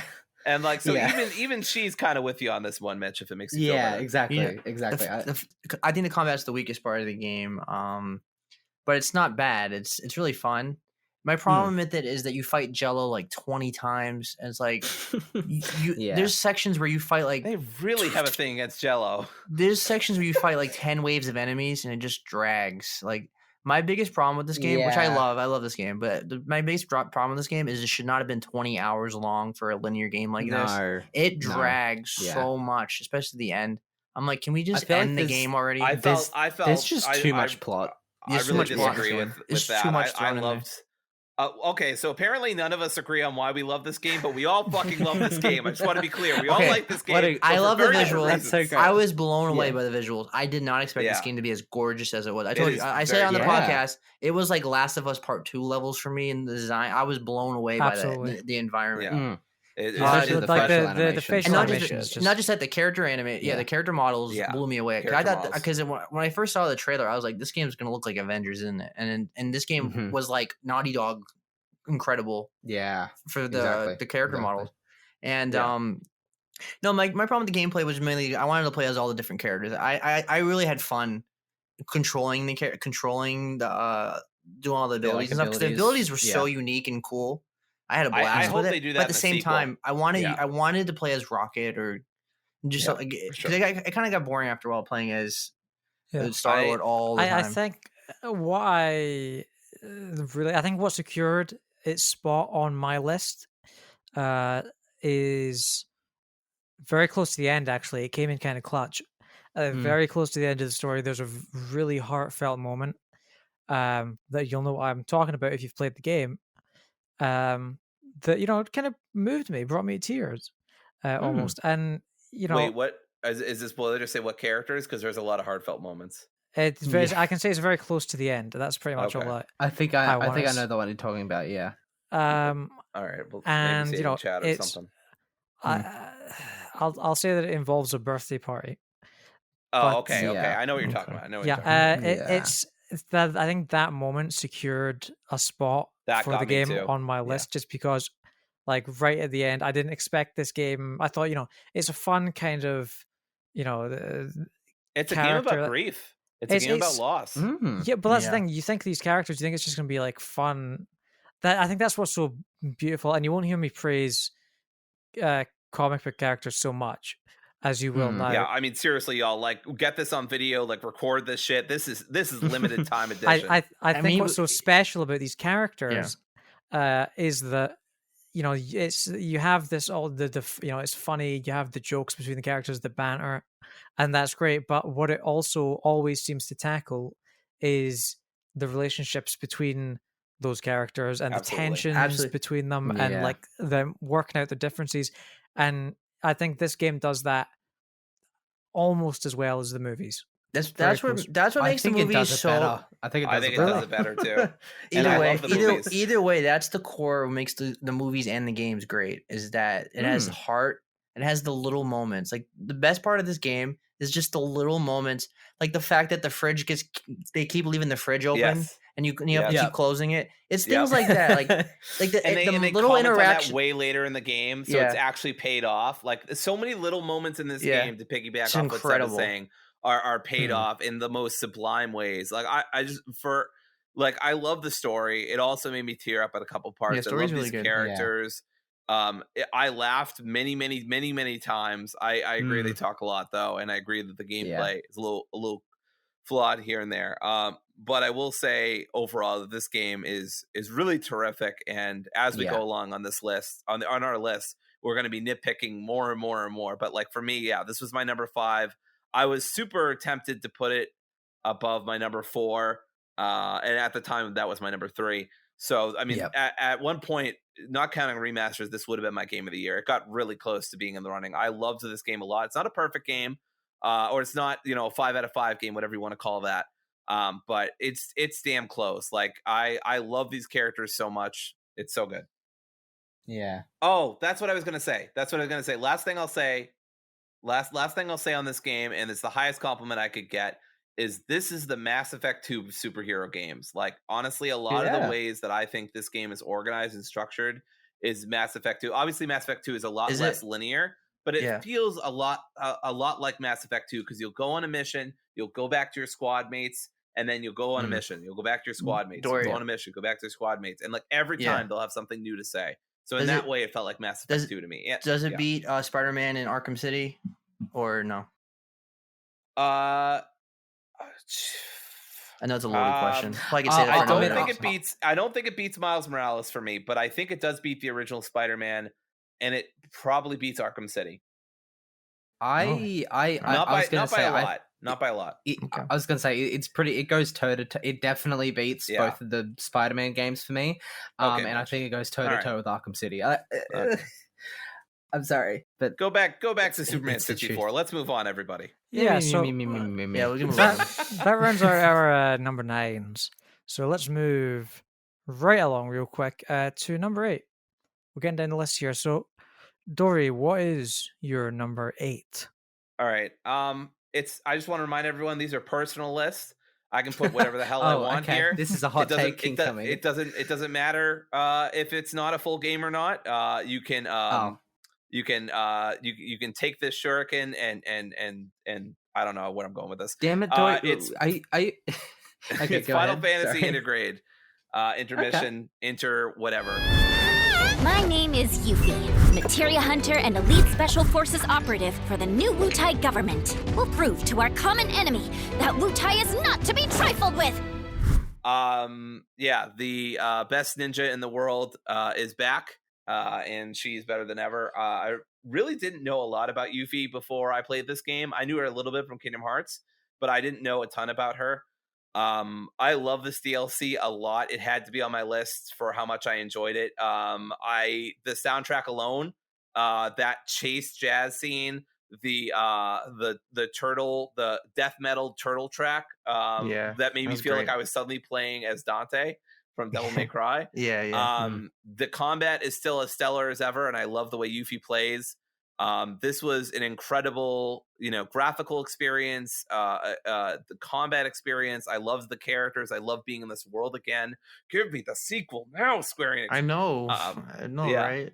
I don't know if it integrates on anyone else's list, but it's my number 8. I'll say more in a second, but I didn't know if it was on anyone else's list. Is it on anyone's list? No. It's in my top 30, I guess, but wow. It's not because it's bad. It's just because it's like I view it as like a remaster in my head, so I don't. Sure. I didn't want to put it in my top 10. Yeah. I wouldn't have made it anyway. It's a personal list, and so we'll get into remasters later. I have no on my issue list. with this being in your top 10. Though. Yeah. I love Integrate a lot. I think if I had any issues, it's that all the issues from the previous game carry over to this one. That's true. There's some scenes that you can't skip. When you lose to a boss in their 4th stage, they kick you all the way back to the 1st stage if you lose, and you get no checkpoints. Especially that last boss. That's what I'm really talking about. The last boss. When, by the way, the game decides to go very Kingdom Hearts, which I'm all for. But we all know Nomura is involved, so we're gonna get Kingdom Hearts as hell. But I love this game. I don't think everything it's trying to do emotionally and story wise works, but I thought it was really good overall. I had a blast with it. And I'm just so excited to see what they do with the sequel to Final Fantasy VII. I don't think I've ever been. I've definitely never been so invested in the Final Fantasy universe in my life. Not since I played the original FF7 as a kid, and then failed to get basically anywhere in the game because I was a kid. Absolutely right. Okay, Seb, we're going to move on to you now because we've already heard Mitch's number 8. So, Seb, what is your number 8? My number 8 is Ratchet and Clank Drift Apart. Dr. Nefarious just crowned himself Emperor of this dimension. We've got to get him and us out of here. But without the Dimensionator... I think we have to build a new one. It's going to go down my whole fucking list, huh? It's going to go down my whole fucking list. I thought where it was placed on my list was going to be a hot take, but no. Me too. I feel much... Yeah. So, Mitch, where is it for you? It's at my number 5. Okay. Yeah. So I said it was my game of the year back in June, but I think when I look back on it, go ahead. If I could interject, Dory, is it on your list? Yes, it's my number 4. Right, and for me, it is number 6. So go ahead, Seb. Okay. All right, so I said it was my game of the year back in June, and when I look back on it though, first there was a lot of better games that came out after, I think, because they had stronger emotional impact on me. So when I look back on Ratchet and Clank, I forget most of it. Like nothing jumps out at me anymore. Like that feels memorable. It had a very strong story for me and everything, but nothing was like. There's nothing I'm gonna remember. Like that's my biggest problem with that game. It's very solid, but nothing amazing. And that's pretty much the only thing that was amazing. Just was the transitions between the worlds. Like that was mind blowing. But other than that, and the set pieces, and some of the cinematic moments and stuff, like I think the first level, for example, with the part with the big city and everything, that was incredible. Yeah. But outside that, there was no there's nothing that I remember very well. Besides maybe the scene with the little robot, that was really touching, and I was very into that. Yeah. But besides that, I'm just saying there's not those moments like Guardians of the Galaxy I can think of I remember that was amazing. That was amazing. This game has more of that was a great experience, but I don't remember anything from it. Yeah, that's the thing. What I like about it, I think you can say it's a massive technical achievement, and it is. Absolutely. One of the main pieces of praise that it's been given is that it looks and feels like a Pixar movie that you can play. Yep. And I think that's accurate. And that's the best part of the game. I love the fact that it has that Insomniac staple photo modes that was in Spider-Man, and it's one of the best developer-made photo modes out there. And the fact that you can utilize it with these graphics, it's phenomenal, really. I think where it falls short for me, like you were kind of saying there, Seb, is that thing where nothing really stands out. It falls like a little short. Like it feels, as a whole blanket experience, it feels very vanilla. It feels very bare minimum. It feels like every other Ratchet and Clank game. It doesn't do anything new with it. Like the gameplay feels like Ratchet and Clank in 2002, just more polished and more modern. Yeah. But it doesn't change the formula at all. And I didn't like that. I didn't like that Ratchet and Rivet played exactly the same. Like there was like no difference at all. I wish she had her own set of guns or skills or something. It was basically just a skin, which that kind of disappointed me. Even though I get it because they're the same person in this different universes, but still, I'm like mixed on that. The reasoning they basically gave is that they didn't want to confuse. They wanted to make the UI and the menus seamless between characters, and I totally understand that. I think there would have been a way to figure that out to still make it seamless, but I mean, I'm no UI expert. I think I really love. Oh, go ahead, Mitch. Like really, like the biggest disservice this game does is that Rivet, aside from her actual, personality and character, it just feels like a reskin of Ratchet, which is simultaneously not what they were going for, but also what they were going for as well. And not only that, but I didn't pay for it. I got it as a birthday gift, but also I wouldn't have regretted paying $70 anyway. But I definitely would have paid $70 for it. This game is very short. I got the platinum in like 7 hours. So I don't know if that was worth $70 or not. Whatever, right? So I guess that's a minor I think I got complaint about too. 10 hours out of it, but I was also, I don't know. Like I think I got 11 or 12. I don't remember. Here's the thing. Yeah. Ratchet and Clank games are designed to be replayed. So I think in that aspect, right? Hear me out. Yeah. I think in that aspect it can be forgiven, the length, but it doesn't. The problem is the game, as we've previously mentioned, kind of falls short in a lot of its. Like it doesn't make you want to replay it. Yeah, is the problem. Yeah, exactly. It's a once. It's like one of those storylines where you play it once and you got your feel for it. Yeah, I've tried to do the New Game Plus and I'm just like I can't. I didn't have a reason to. I honestly can't. All right. Yeah. So I want to say a few things. Resident Ratchet and Clank Defender is logging on to the conversation. Thank you. Okay. So my history with Ratchet and Clank is very barren. I've only really played the remake of the original, and that's it. And so that's my perspective. So keep that in mind. But I think the three of the James and Mitch are the same way. Okay. Yeah, I've only played the reboot. I think I'm only always played the original in 2002. Okay, good. Yeah. I really loved the story a lot. I found it really touching on a lot of points. I found it really funny on a lot of points. I thought the voice acting was really well done. I didn't mind that Ratchet and Rivet were basically color swaps of each other because I loved the combat so much. And honestly, I'm a sucker for stability and consistency. So it didn't bother me, but I also totally understand that criticism. Yeah. If I had any nitpicks of the game, I would say that they did overhype the switching between worlds a little bit, and these are nitpicks again. I don't think they're huge deals. People are like, "Oh my god, they lied to us!" No, I don't think. I never felt that way. Yeah, but they, and then also I had a couple of small glitches, and then one of the side quests was incredibly maddening because it was very not specific about what you were supposed to do. The one you were talking about, the one with the dragon, right? Yes. Oh yeah. So, but overall, I loved this game. I thought the combat was terrific. I agree with James; it didn't make me want to replay it.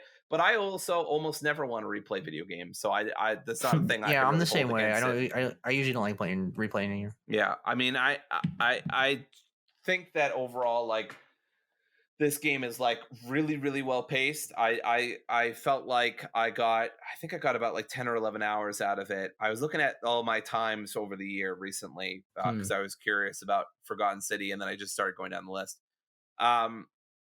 But I felt like I definitely got my time, money's worth, et cetera, et cetera. But I definitely agree about like not feeling like I needed to replay it. I did love the arena a lot. I thought that was really fun. They gave you interesting mixes of enemies that you wouldn't see otherwise, in other places. And you also, like, I think got some sprinklings of boss rushes or interesting limitations that I thought were like slightly frustrating, but like not so much that I, wanted to give up. So yeah, I love this game, but it's also only my second Ratchet game. So I liked 2016, but like I had some problems with it gameplay wise, and I found some of the puzzles really frustrating. So I definitely like this more than I like that. Yeah, like I saw very negative on this game. I love this game. I thought it was fantastic. I just thought it just wasn't as iconic to me. There was 7 other games I thought were just more memorable to me.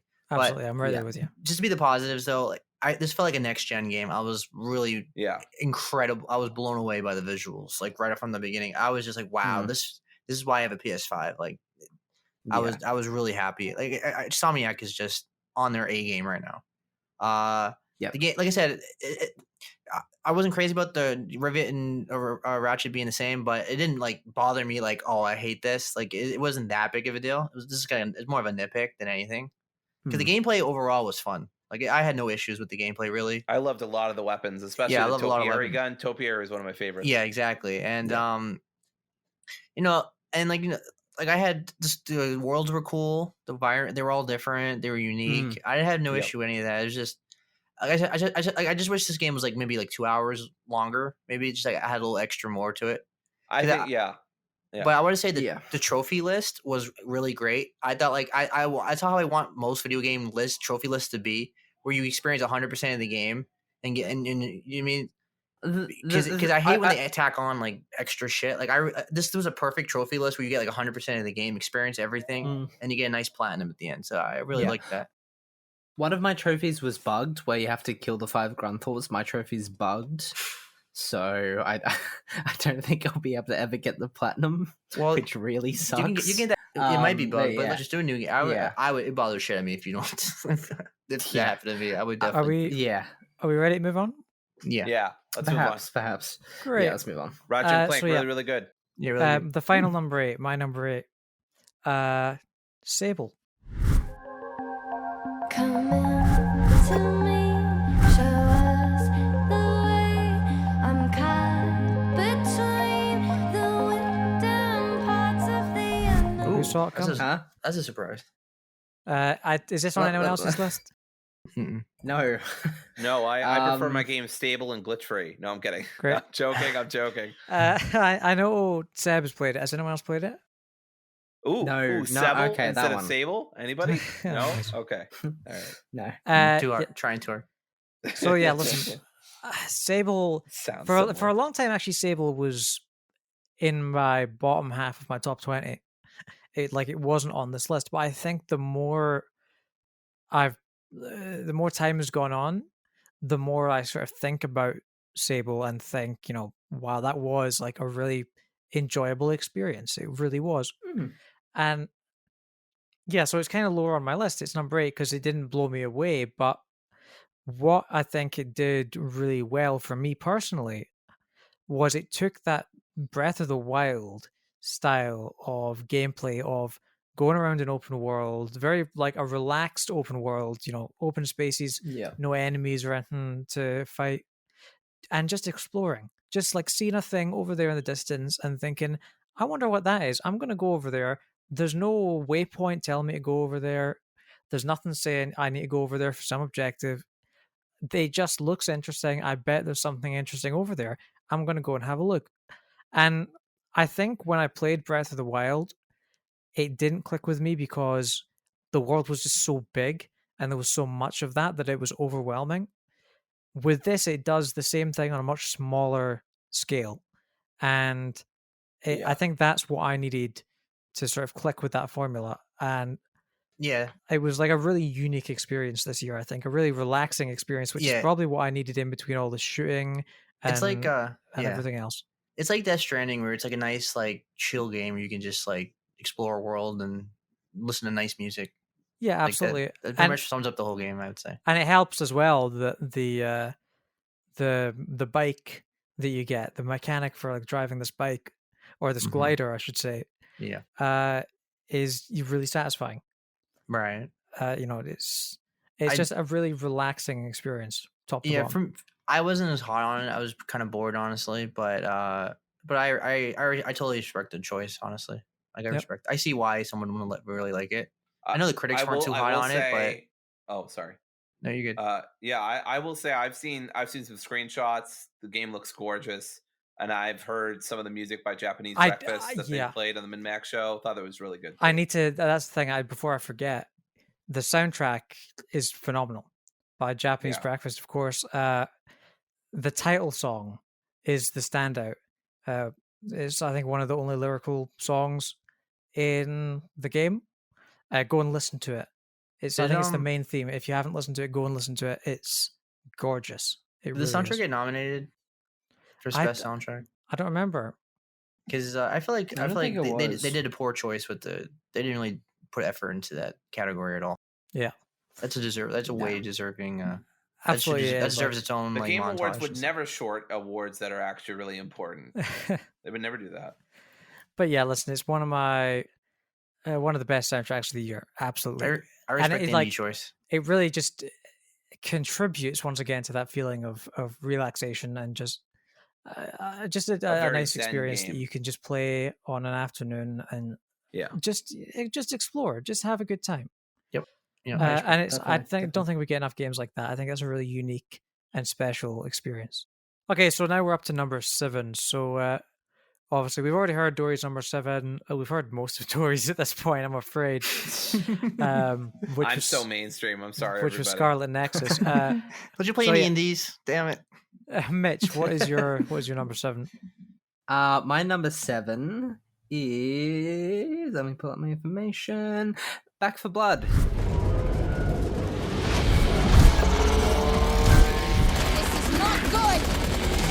Somebody's got to do something. And you're that somebody? Didn't say I wanted to do it alone, did I? Really? I originally had this. The bottom 5 were constantly changing for me, like throughout the past week, especially. I'm like, do I like this one better or do I like this one worse?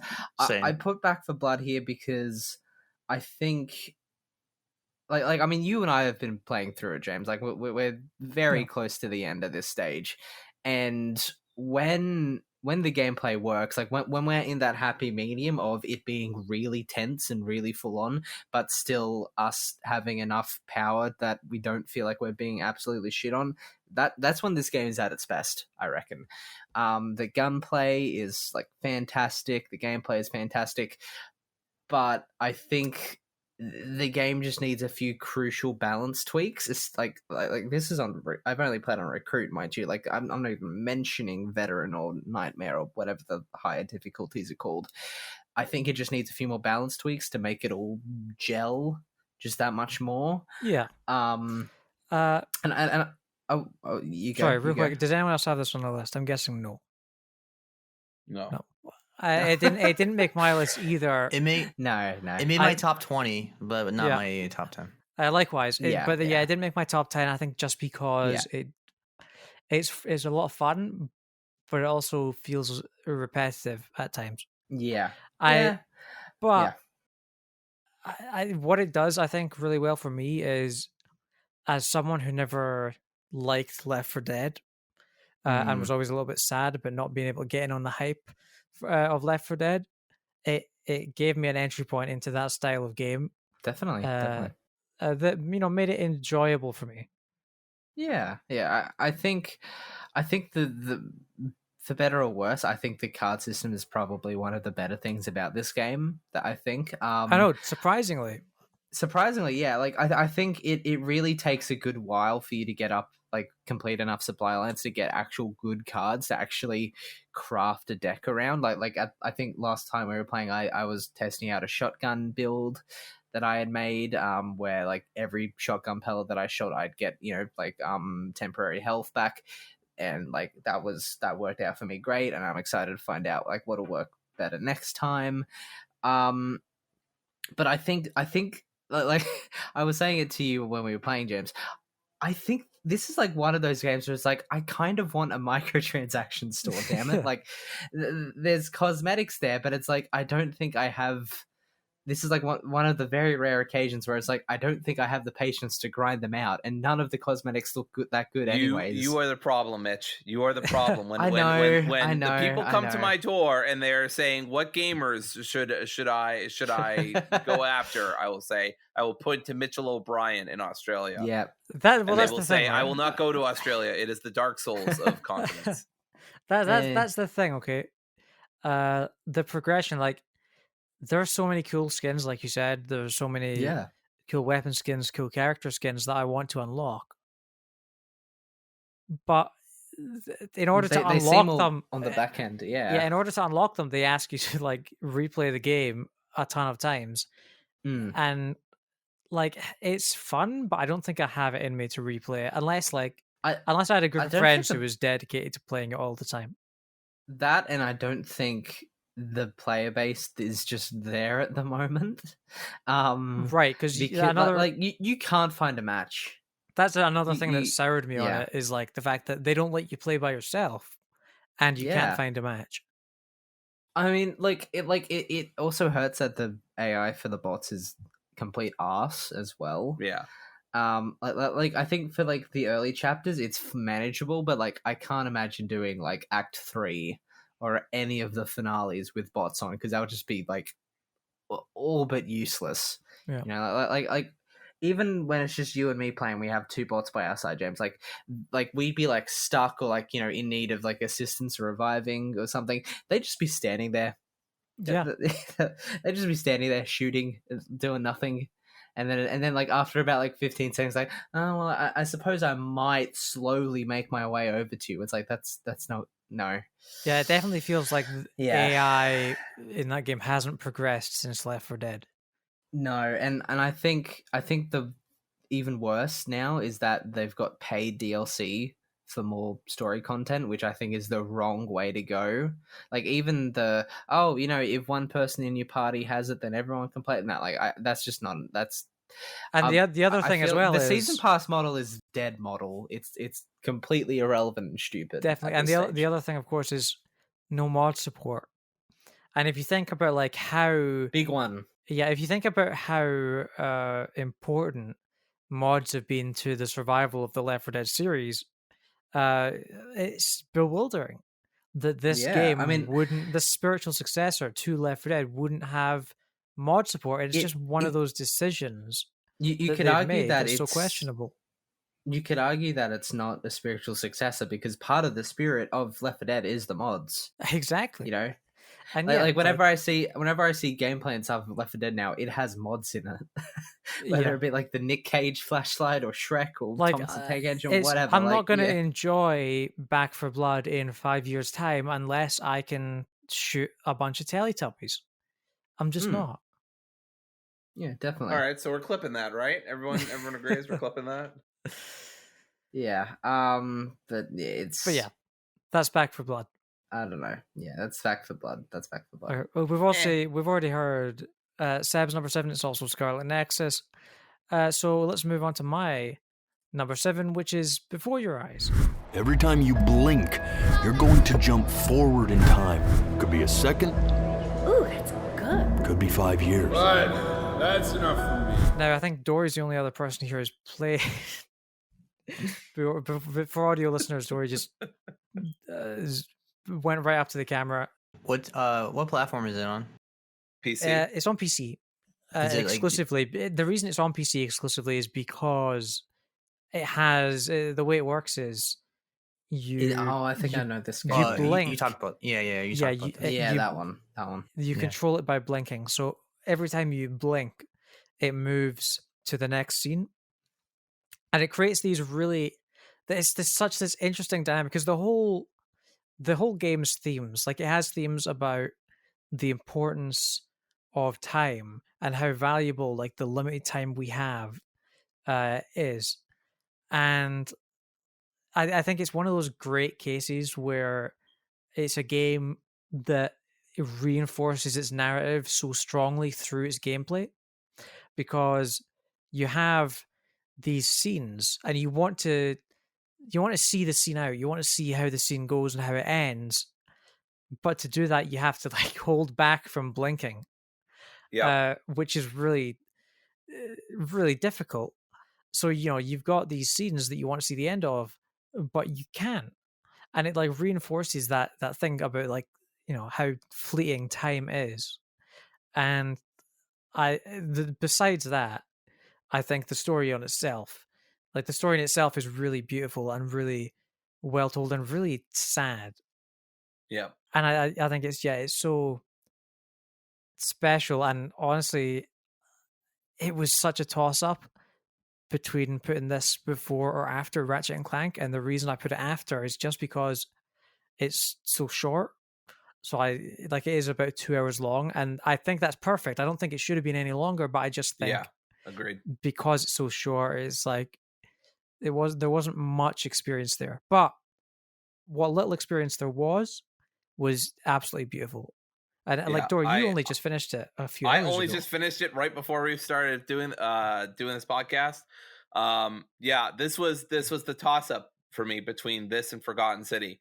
I appreciate the philosophical elements more than the emotional, but I mean they're both really good games. I loved Before Your Eyes.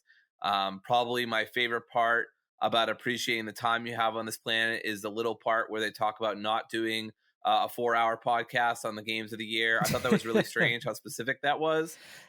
Anyway, no, but seriously, this game is really heartfelt.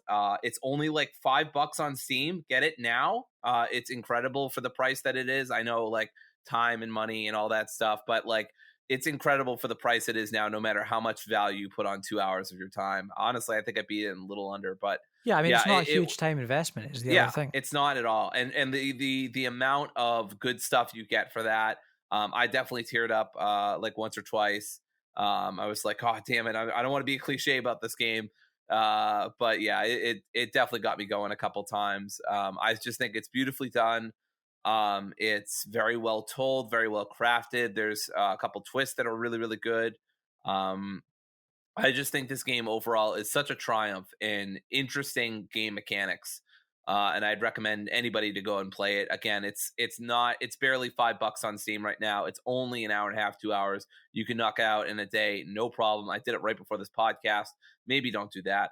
But yeah, it's very cool. It's very weird to play this game and then go outside on a December night where it's like in the 60s for some fucking reason here. And it's just everything feels weird. But yeah, there is a lot of moments in this game that are really good and really call back to earlier moments. I just thought everything was done super well. And I pretty much reaffirm everything James just said. Honestly, there's just too many goddamn good games this year. This really should be in my top 10. And I really debated between this and Forgotten City. So yeah, it's excellent. Absolutely. Yeah. Obviously it's only 2 hours, so there's not much else to say on it. But yeah, it really is one of the most unique, and even though it's not particularly high on my list, it is one of the most unique and impactful games I played this year. And I am very surprised and very disappointed that it didn't win the Games for Impact Award at the Keeleys. So with that said, that's the last number 7. So once again, we've already heard Dory's number 6, which is Resident Evil Village. Mitch, we have not heard your number 6. What is that? My number 6 is I'm trying not to burst out laughter just saying this. Outriders. We awoke from one nightmare into another. Not on our dying Earth, but somewhere much worse. Ours is fun. I'll take all my questions off air, everybody. I'll take my questions off air. This is your number 1, right, Dory? Yeah, absolutely. I actually, it's my number 2 is that fucking sports game. That fucking sports game, right? Yeah. I don't know what the hell it's called. The Ubisoft sports game. Seb, is this FIFA? Riders Republic. Is Outriders on your list, Seb? No, it's in my top 25. Great. It also it didn't make my list either, but It didn't make my list It was either. fun though. I enjoyed it. It was really fun. Yeah. Yeah, so it didn't make my list either, but I agree with everything Mitch is about to say. Yeah. Look, Same. I mean, look, the very first episode that we did the rebrand, I love how many times Mitch is like preparing this for like, look, I can't even believe I'm about to say this. I hated the demo, as you all know. I loathed that.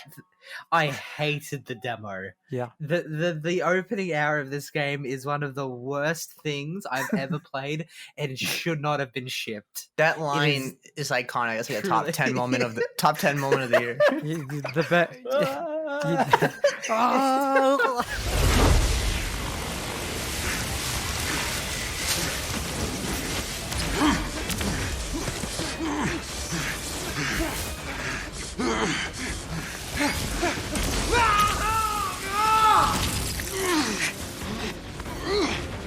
Come on!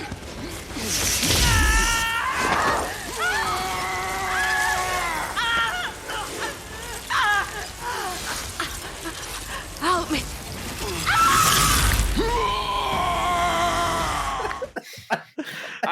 That was one of the best moments on our podcast when I watched that and I reacted to it. That was great. It's beautiful. Top 10 moment of the year.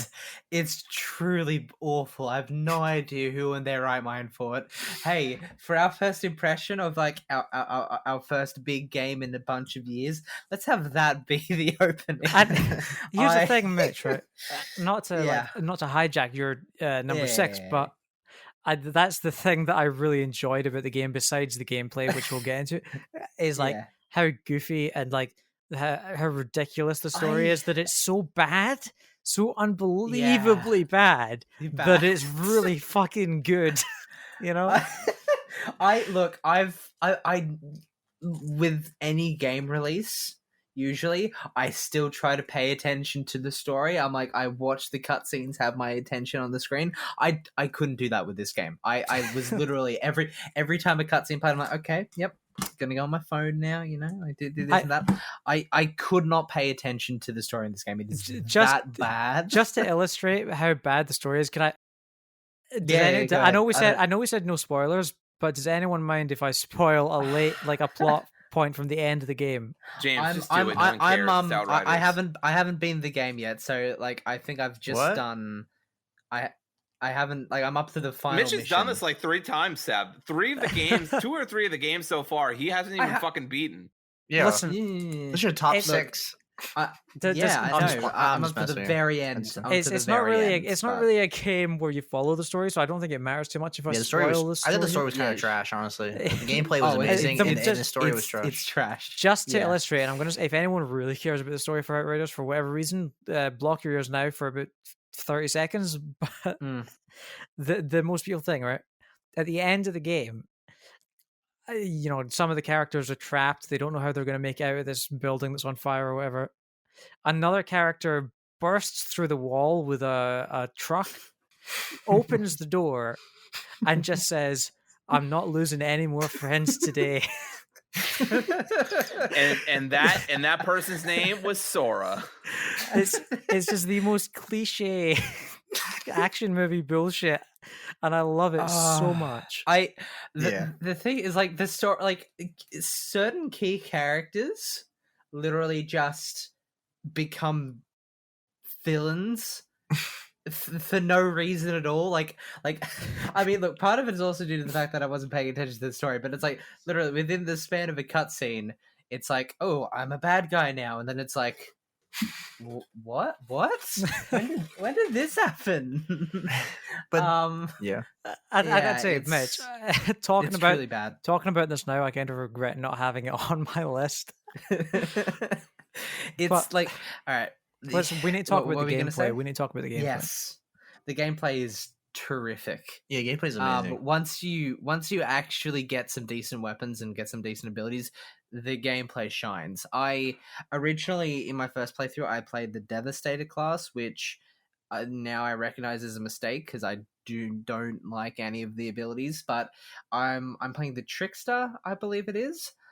Is I'm that the having one a who can ball like with it. warp behind enemies and like create a time Yeah. bubble and stuff? Yeah, that's what I played as. That stuff. I played as a It's- technomancer, which I really love. I think the good thing about, and like I haven't played any of the other classes that much, but the thing with the trickster is that even though like like as you said, like you can warp behind enemies and create time bubbles, like you'd think it'd be really good for close range.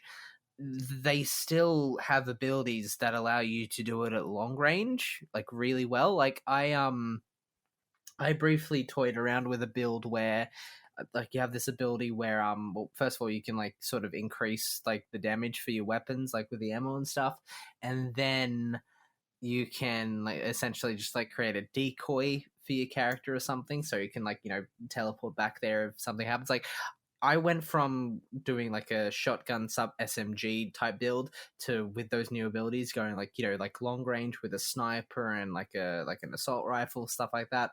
The game caters for so many different builds and has so many different mods and perks with the loot. It's so good. Like it's probably one of the best loot systems I've seen in a looter shooter.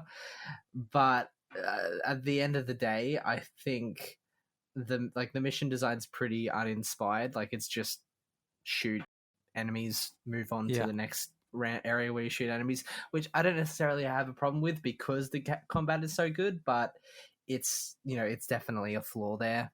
For sure. I think I do think it stays engaging through the gameplay throughout that. Yeah. Definitely. And yeah, again, the story is truly awful in such a beautiful way. I'm not sure whether like it's a matter of like the devs taking themselves that seriously, or if even they were just like, yeah, let's just go to town with it and make it really dumb. Like it's one of those true kinds of awful where you can't tell if it's intentionally bad or not. Yeah. But yeah, that's Outriders. That's Outriders, baby. All right. All right, that's Mitch's number 6. We've already heard Seb's number 6, which is Guardians of the Galaxy. And we've already heard my number 6, which is Ratchet and Clank Rift Apart. So let's move on to number 5. We've once again already heard Dory's number 5, which is Guardians of the Galaxy. We've already heard Mitch's number 5, which is Ratchet and Clank Rift Apart. And now begins the reign of Seb. All hail Seb for the next 20 fucking minutes. Seb, what's your number 5? My number 5 is Halo Infinite. This ring will be operational. The Banished are planning to fire this ring. We need help, not heroics. We protect humanity, whatever the cost. Halo Infinite. Jesus Christ, dude. How far are you already in the game? Have you already beaten it? I'm at like chapter 9. There's like 15 chapters. So I'm like almost at the end, I guess. Yeah, Halo Infinite. I'll have it beat by tomorrow. Halo Infinite is also my number 5, actually. Nice. Digital high five. Digital high five. Yet to even start it. I probably will not start it. So there you go. Well, Seb, take us away. Yeah, so Halo Infinite, I'm really having a great time with it. I think it's the best first-person shooter campaign I've played since Doom Eternal, in terms of like the movement and stuff. I love the grappling hook. It really adds to the gameplay of Halo. If you play, I tried playing Halo 3 recently, and it feels really stiff compared to this one. So it feels more modernized, but it's really, I'm having a great time with it. And I generally don't like open world, but this open world's pretty solid because it's not too big. It feels reasonably paced. I feel like I'm having a blast, like taking over like communities, like the little like forts that all the bad guys have, and you just it's not too much of it. It's not like Ubisoft where you turn on the map and it's like 500 like things to take over. This has like just like 5 here and there, like, so yeah, that's the thing. Like I really appreciate that. I've been going about mostly trying to clear up the map before doing story missions, and it can be a little much, but I'm enjoying it because the gameplay is engaging. The gunplay is superb. It's really it's fantastic. Absolutely. I just love the guns, especially the human weapons are just fantastic. Right. And the grappling hook, as you say, like it really is. It's like a third arm. It's just, I don't know what I'd do without it. And it besides being so useful, Like you can scale walls with the grappling hook. Yeah. Like I feel like I'm playing Skyrim, climbing up mountains. I'm constantly like jumping up mountains, like, and then finding that little path, and then just using the grappling hook. Yeah, exactly. I wish Skyrim had the grappling hook. The grappling hook, you can hijack vehicles with it. You can grab weapons with it. It's so fun. Yeah, I don't use anything else. I use the grappling hook exclusively. So I guess I don't know if this is negative or not, but I don't use any of the other abilities. They feel very useless outside like one section where you have to fight this invisible guy. Other than that, that's the thing. Like even in that section, I still use the grappling. I didn't even need it. Yeah, he blew himself up. It's so finicky to swap to other gadgets. The menu system is not good for that. I don't. Because it makes you worth.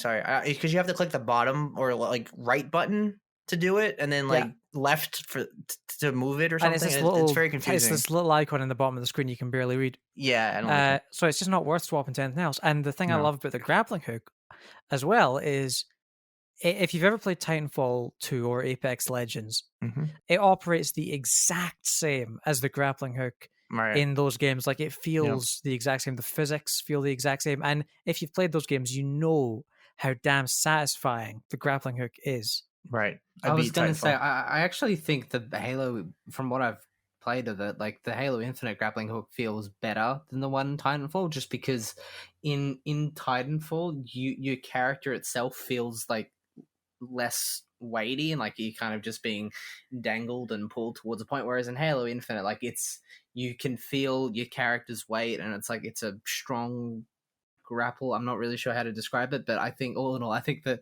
the Halo grapple is probably the best grapple I've ever played with in a game before. Yeah, I can get behind that. And that's just in the multiplayer, honestly. Yeah, the multiplayer is great as well, but just, I haven't finished the single player as well. Obviously, at the time of recording, it's only been out for 3 or 4 days. So I haven't been able to finish it. It's the only game on my list that I haven't rolled credits on. I was going to say, just quickly, what do you guys think of the story so far? So I've not played all the Halo games. I've played Halo 1, Halo 2, half of Halo 3. I've never cared about the story. It's always in the background. I don't care. It's, John Halo runs around shooting aliens. Nobody really cares. In this game, it's not the pinnacle of video game storytelling, but it's something. It feels like there's something there. It's not like incredible or by any means, it's not Last of Us, but it's like it serves its purpose. Like it moves the story forward enough where like you know what's going on, you know who the villain is.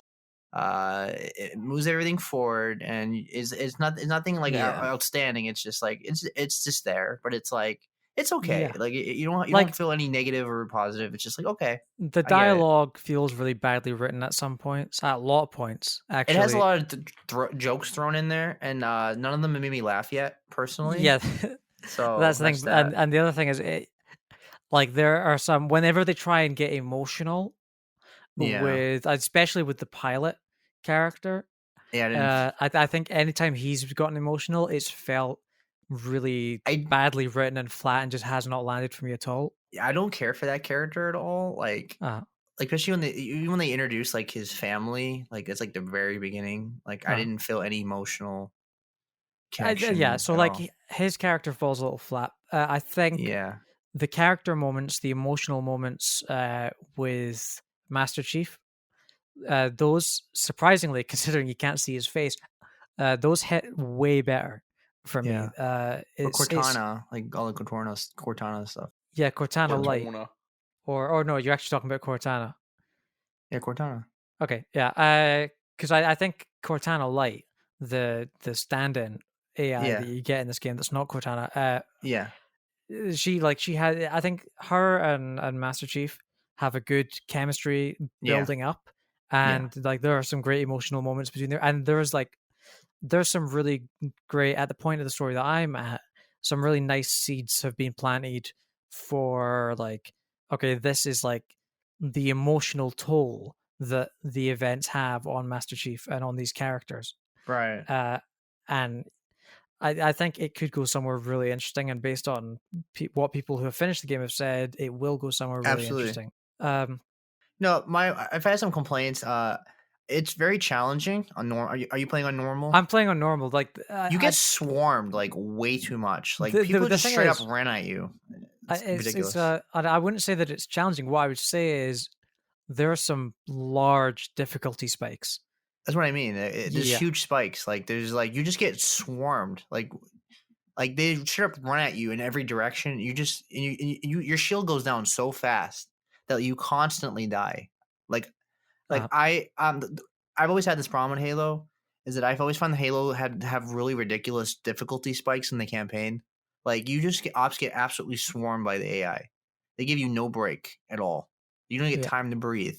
Like it's ridiculous. I'm constantly covering. Sounds really frustrating. Like there have been a lot of fights when I've been getting one shot by like tanks and stuff. Yeah. And or there's just the gunfire has been so loud that I haven't registered the sound effect that warns you when your shield is down. So I've been thinking that like, hey, I'm still on full health here, but I've actually had like no health, and then I've just gotten shot out of nowhere, and I'm like, wait, what just happened? You die way too easy. Like one rocket that comes out of nowhere, one little container that blew up near you, you just die, and it's like I'm constantly dying. So like I think there have been a lot of encounters where I've just died so many times and had to restart. Most of those have happened with the high value targets, the optional missions where you have to take out these officers. Yeah, the boss fights in this game are not very good. In terms of I think the problem though with those high value targets, right, is like it's fine that they are supposed to be like these boss fights and they're supposed to be difficult, but when they're sort of introducing the mechanic to you and they're sort of giving you the tutorialization for that, the ones they give you are so easy that it doesn't condition you to expect them to be difficult. Right. Did you fight the boss? He was a story boss, but did you fight the boss that had like a giant hammer? And you're in like this closed area. It was freaking ridiculous. I don't know if I've gone that far. Yeah, this is like it's not that late. It's not that late. It's like chapter 4 or 5ish. It's ridiculous how bad it is in terms of like he just straight up runs at you with that hammer, and if he hits you with it, you die in like 2 shots. And he just straight up keeps running at you. You don't even have time to like breathe. It's terrible. I fought a similar enemy in a high value target mission, and it's painful because you have to. That wasn't the worst one that I did. The worst one that I did was the one where the guy was in a tank, but. Those ones are ridiculous. Yeah, so like, but the guy with the hammer is a little annoying, but I kind of like the dynamic of like constantly having to keep moving to navigate away from this guy while taking out all the troops around him. Yeah, that's fine. My issue with that boss was that there was no way to do that. It was a tiny little area, like you're in a room. You had to swing around like on the walls. It was really badly designed. Yeah. I don't think I'm there yet, but the game wasn't made for that. Yeah, but overall, really good campaign. But I think where this game really shines is the multiplayer. I think the multiplayer is really fun. Like I think this is gonna be one of those games that people are gonna play for quite a while, for quite a long time. Actually, it's why it's called Infinite. But the multiplayer really, I had a blast. I've had this much fun with Halo multiplayer since Halo 3 in 2007. I haven't seen this much hype for Halo since 2007. Like it feels like Return of the King. Like it really does. Because Halo gotten obliterated by Call of Duty in the last 15 years. It seems like, and now Call of Duty Vanguard is a mess, and everybody hates Activision and stuff. And then Halo's taken over. I think making this free to play as well was a good call. Great decision, yeah. And it's very. Early on, I had some issues where most of the matches I was getting absolutely stomped. Yeah, but since then, I think the balance of that I'm getting is a lot stronger. I'm winning more games and that kind of thing. Yeah, the progression they improved their progression a lot, really well. Yeah, and probably the best part of this game is that the developers listen to the community very well, and their PR is fantastic, and they're very quick to update the game to listen to the fans. Definitely. So I think that's probably the best part of this game. But yeah, the multiplayer is where it really shines. But the campaign is quite good. It's not like phenomenal. It's not Doom Eternal good, but it's like the next tier after that. For sure. Yeah. Right. Well, we should probably move on then. Yeah. So that was Halo Infinite. That was your number 5. That was obviously my number 5 as well. So that brings us to number 4. We've already heard Dory's number 4, which is Ratchet & Clank Rift Apart. Fuck me. Don't worry, Dor. You'll get to speak soon. Yeah, I'm gonna speak by myself too. No one else is gonna I think have it's my my top hour. two, probably. I think I get a whole hour. Well, actually, not yet, because Mitch, we haven't heard Mitch's number 4 yet. Unless he so has one that I let's- have. With Gotcha, you bated breath, fucker. let's find out what Mitch's number 4 is. Well, my number 4 is Deathloop. Who are these people? What do they want with me? And why is she always one step ahead? Come on, Colt. You gotta put this together. No way. Yeah. Let me guess. It's That's yours his as number well? 4. It's my number 2. Oh. Ooh, You like Deathloop that much? Wow. Yeah, I really liked nice. it. Nice. Wait, we'll get into why in a second. So, sorry, Seb, was it on your list? No. And Dory was Really? Okay. Honorable Obviously, mention. it wasn't on my list. I didn't even Honorable play mention. Deathloop, but I was ardent that I was never going to play it. So Okay, so Fair. yeah, Deathloop. You're number 4. it's Mitch. not my kind of game. It's just not my genre that I really enjoy. Here's the thing, actually, Mitch. Fun- I know you're going to get into it. Sorry, Yeah. but yeah. on that point, I did not like Dishonored at all. Obviously, Yeah, I Arcane's didn't. previous game series. We all notoriously agree that Dishonored is overrated, or at least that we didn't like it. It wasn't for us. Yeah. Yeah. So I was like, I wasn't sure if I would even buy Deathloop because I wasn't sure if I would like it. I absolutely adored this game because basically it's one of those cases where it does everything that Dishonored does, but it does it and it takes away the things that I didn't like about Dishonored. So the thing that I didn't like about Dishonored was I felt like it punished you too much for breaking stealth, and it didn't give you enough direction in what you needed to do. This solves both of those. You can sort of go into open combat if you fail stealth. It's not too much of a punishment. Obviously, you want to go stealth, and there's benefits to doing that, but it doesn't punish you as much for doing that. And also, it gives you clear objectives. It tells you, here are your leads, here are the things you need to tackle. You can tackle them in any order. It still gives you freedom and agency, but it gives you things to do. That's why that's like you pretty much summed up why I like this game way better than Dishonored is because I Dishonored I always felt like I was so confused on what to do, and it forced me to stealth, and I hate stealth. And this game gives me that choice, which I appreciate. Because sometimes I want to stealth, sometimes I don't. Yeah, I third that motion where I like the idea behind Dishonored and Prey as well, but like immersive sims just are not my genre. Like I adore their worlds and world building and story, but the gameplay and the intense difficulty spikes that it can sometimes often bring, not for me. Deathloop very much is though. I was not expecting, like another game I'll be talking about later on. I bought this on a whim as soon as the reviews came out because I'm just like, fuck it. They sold me on the game. My biggest hesitancy going into it was that the combat wouldn't be properly balanced because, again, my biggest problem is that like once stealth fails in these games, combat is pretty notoriously awful, like especially in Dishonored or whatever. So you're kind of forced to go into stealth. That isn't really here in this game. Because the combat and gunplay is surprisingly well balanced, at least in my opinion. I'm not sure if you think differently at all, James. No, the combat is very well balanced. Yeah, definitely.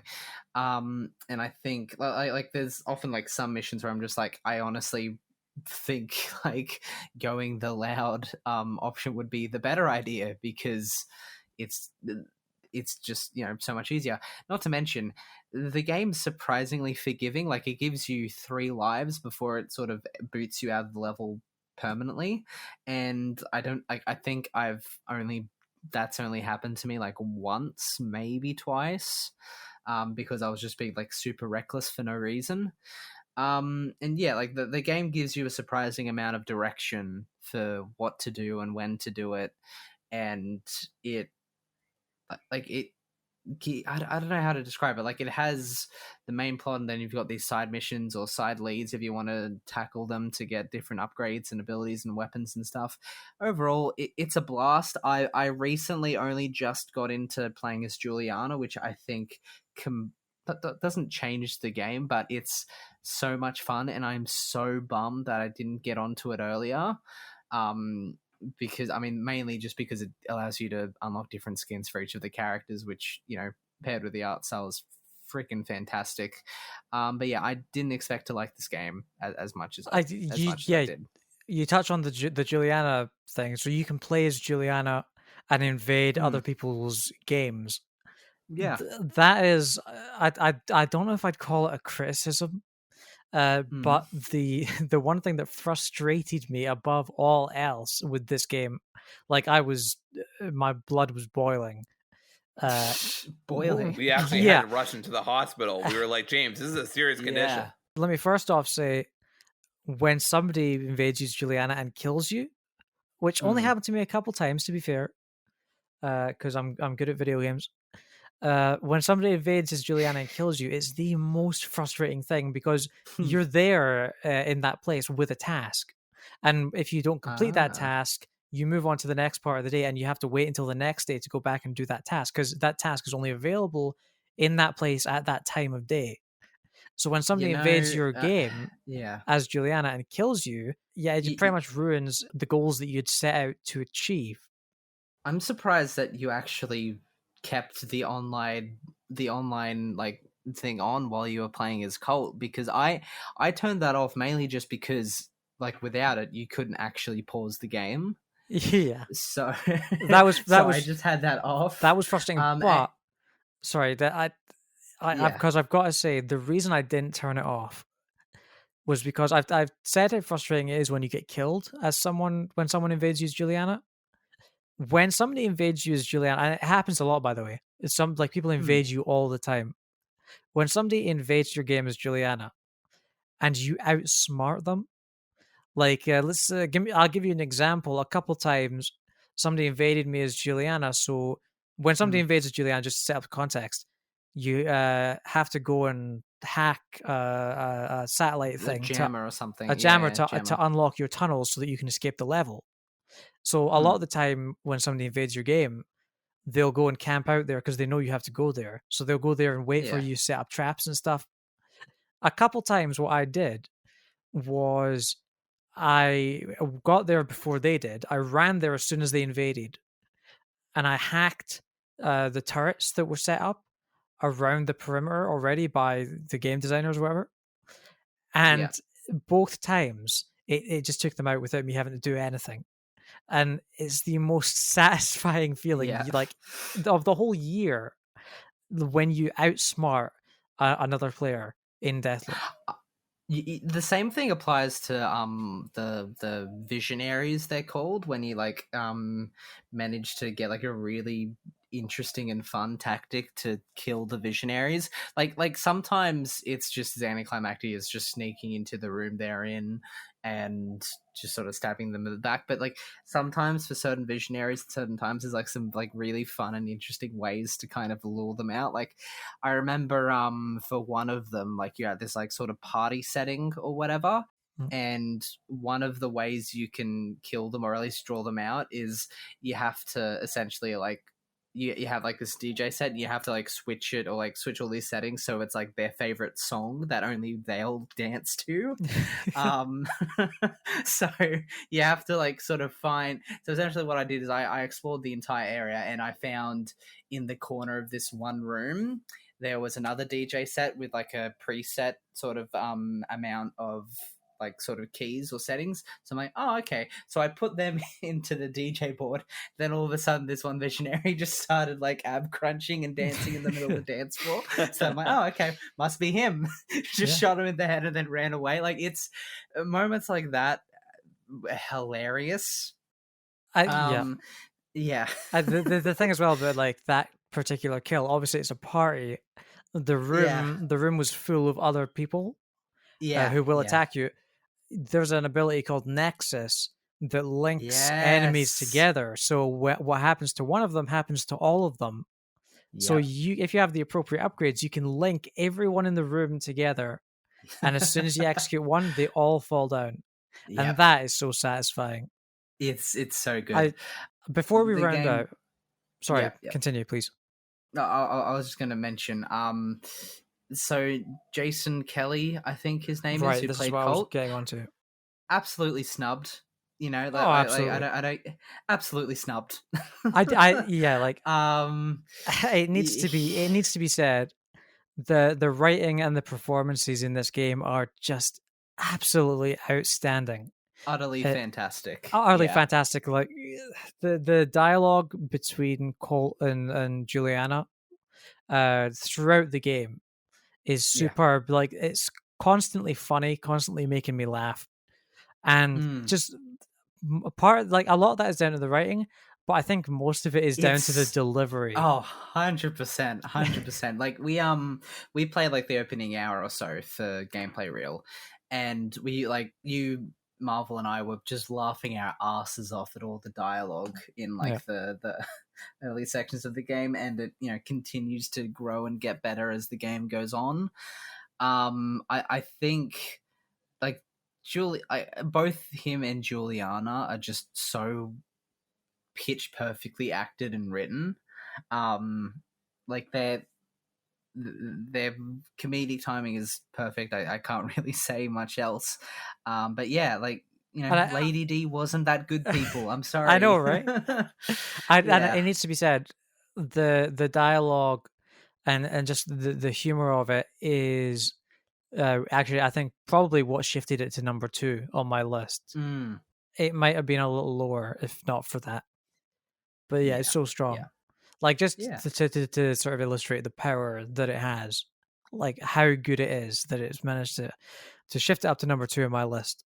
But yeah, with that said, that's Deathloop. And Mitch, that's your number 4. So Seb, we haven't heard your number 4 yet. My number 4 is Psychonauts 2. That brain was booby-trapped. Someone hired her. Someone on the inside. I'm not sure who to trust anymore. Isn't it great? The Psychonauts haven't had this kind of a threat in years. Which I feel is the best game on Xbox of the year. Does anyone else have Psychonauts 2? That's surprising. It was kind of at the bottom of my list for a while, but it got knocked off. Yeah, this game got absolutely snubbed at the awards. It should deserve at least one award. This game was it's probably one of the best 3D platformers I've ever played. Probably the best in a while. I know people are not crazy about the art direction, but I love it's like Tim Burton-esque quirky style. Right from the beginning, the game direction in this game is incredible. Like and the pacing in this game is so incredible. Like right from the start, you're just thrown right into the game. Story just starts right off the bat, and that's it. So from start to end, it's nonstop, and it's perfectly paced. I love the humor. I love all the quirky Tim Schafer type of characters. I'm a big fan of Tim Schafer, his games. Like I'm a huge Grand Fandango fan and a huge Broken Age and all those games. So this game was right up my alley, and obviously Psychonauts, the original game, is one of my favorite Xbox games ever.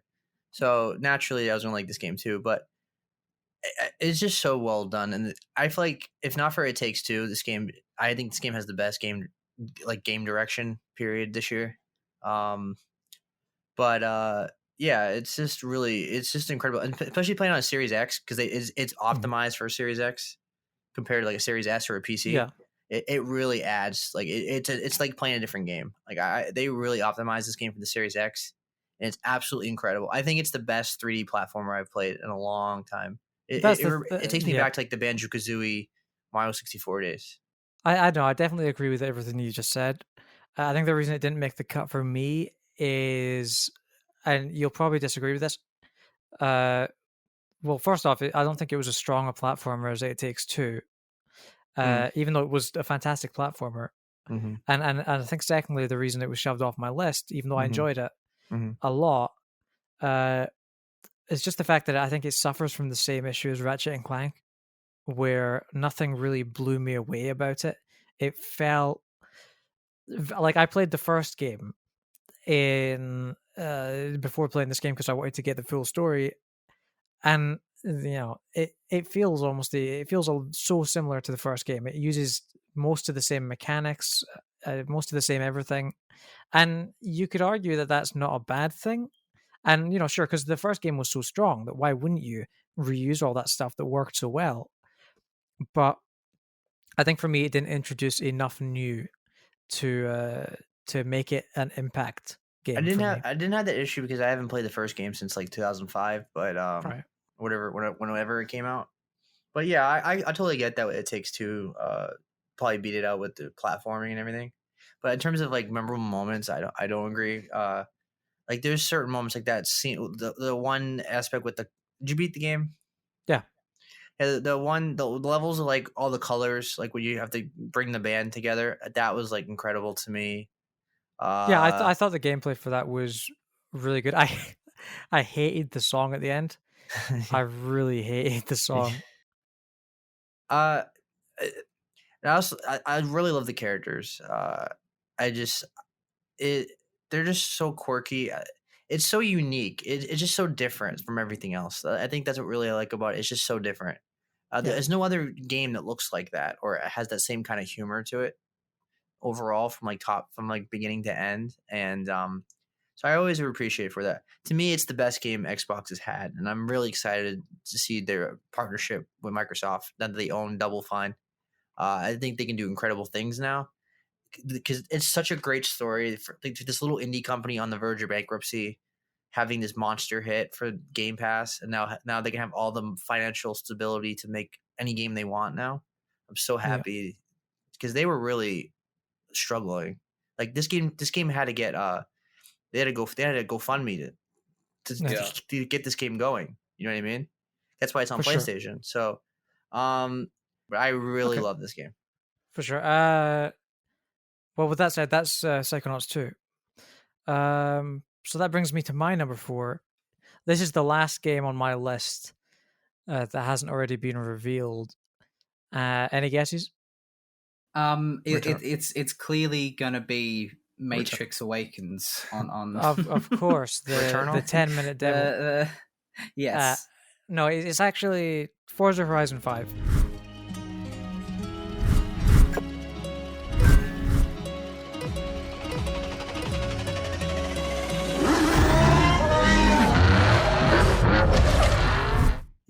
Oh, of course. Yeah, that makes sense. I'd be shocked if it wasn't on your list. Yeah, for sure. It's not number 1, really. I wasn't that on it. I'd listen. It's an absolute. You sure? We did a 20-minute conversation. It's an absolute how good it was. triumph. It's possibly. Listen, Burnout Paradise is open world racing game royalty. I would say this game definitely gives it a run for its money for one of the best open world racing games ever made. They constantly outdo themselves with the Horizon series. It doesn't do much new from Forza Horizon 4, but I don't think it needs to. So Forza Horizon 4 was like a brilliant game. And but the thing is, it took place in the UK, and as cool as it is going to like Edinburgh and see it, hey, I've been there, and seeing all those cool things that I recognize. I don't think the UK is a great environment for a racing game because it's just towns and fields. Yeah, Mexico is way better because there's so many different climates. Absolutely, like Mexico has beaches and forests and towns and all this rich culture and everything, and a volcano. So like it's just so much more diverse, and it just works so much better as a map for this kind of game. I think it's not my top 10 list because I'm not a racing fan, but I do like. I think if objectively, this might be the best game of the year. Like objectively, like in terms of quality, like there's no better game in terms of quality. Like this is like definitely up there. It's like masterpiece if it's genre. It's. I'm not like even as a non-racing fan, I thought this game was incredible from top to bottom. Like we talked about. This game, like if there was any game that deserved to get nominated for Game of the Year, even though they don't nominate racing games, it was this one. Because like I said, it's objectively the best game of the year. So yeah, like there's a criticism to be made about just how much stuff it throws at you. Like it's that Ubisoft thing where it gives you a million things to do, and it's kind of overwhelming. I think in this case it's okay because it doesn't expect you to go and do every single race, and it does a great job of sort of guiding you and saying like, this is what you want, this is the stuff that you really should do. You know, these are the showcase events, this is the progression, these are the story events. You know, this is you can do, and it gives you options like what if you don't want to do story events, if you just want to go and do races, you can do that. You know, and I think it's a game that I played it for about 2 weeks and enjoyed the hell out of it, and I have started not playing it as much, but it's definitely a game that I will keep going back to, especially with the seasonal events. And you know, it's kind of got that battle pass thing going on, similar to Halo Infinite, where it gives you challenges every week that you have to complete, and you know, you can unlock these hard to find cars. And like for the first 4 weeks, I played it a ton to try and get the McLaren F1, which was the top prize for the month. Yeah. And I got it, and I was overwhelmed. Like I love that car, the McLaren F1. It's a fantastic car. Right. This game has a fantastic progression system. Like, it's addicting. Like I said, I'm not a fan of racing games and like the loop and everything, so that's not for me. So I'm not gonna playing this game anymore. But if you're like a big fan of these kind of games, like, this game's gonna give you like 200 hours of content. Absolutely. Or more if they keep adding to it. So, and the thing is, I think I'll probably I like Gran Turismo 7 when it comes out next year, probably more than this, if it's good, which it probably will be just because of the nostalgia and the fact that I prefer circuit racers and the progression of those games. Because I think the progression in Forza Horizon 5, the way it works in all the Horizon games, is like they throw cars at you. Like at this, you get these, you know, wheel spins like loot boxes, and you can literally get like just coming out of your TV right in your face. Yeah, exactly. And you can get like a hypercar in your first hour, and it's kind of ridiculous, but at the same time, it's not really. It doesn't work to its detriment, because it's like Pokemon. You know, there's like hundreds and hundreds of cars in this game, and the point is not to get that progression from like some little hatchback all the way up to the big supercars. The point is like to collect them all and collect as many as you can and grow this collection of cars. And yeah, they do it really well. Totally agree. Yeah, that's all I have on Forza Horizon 5. Yeah, this game is nothing but quality. It's just absolutely quality, top to bottom, just polish. Gorgeous. So yeah, that's all the number 4s. Now and also all of my games.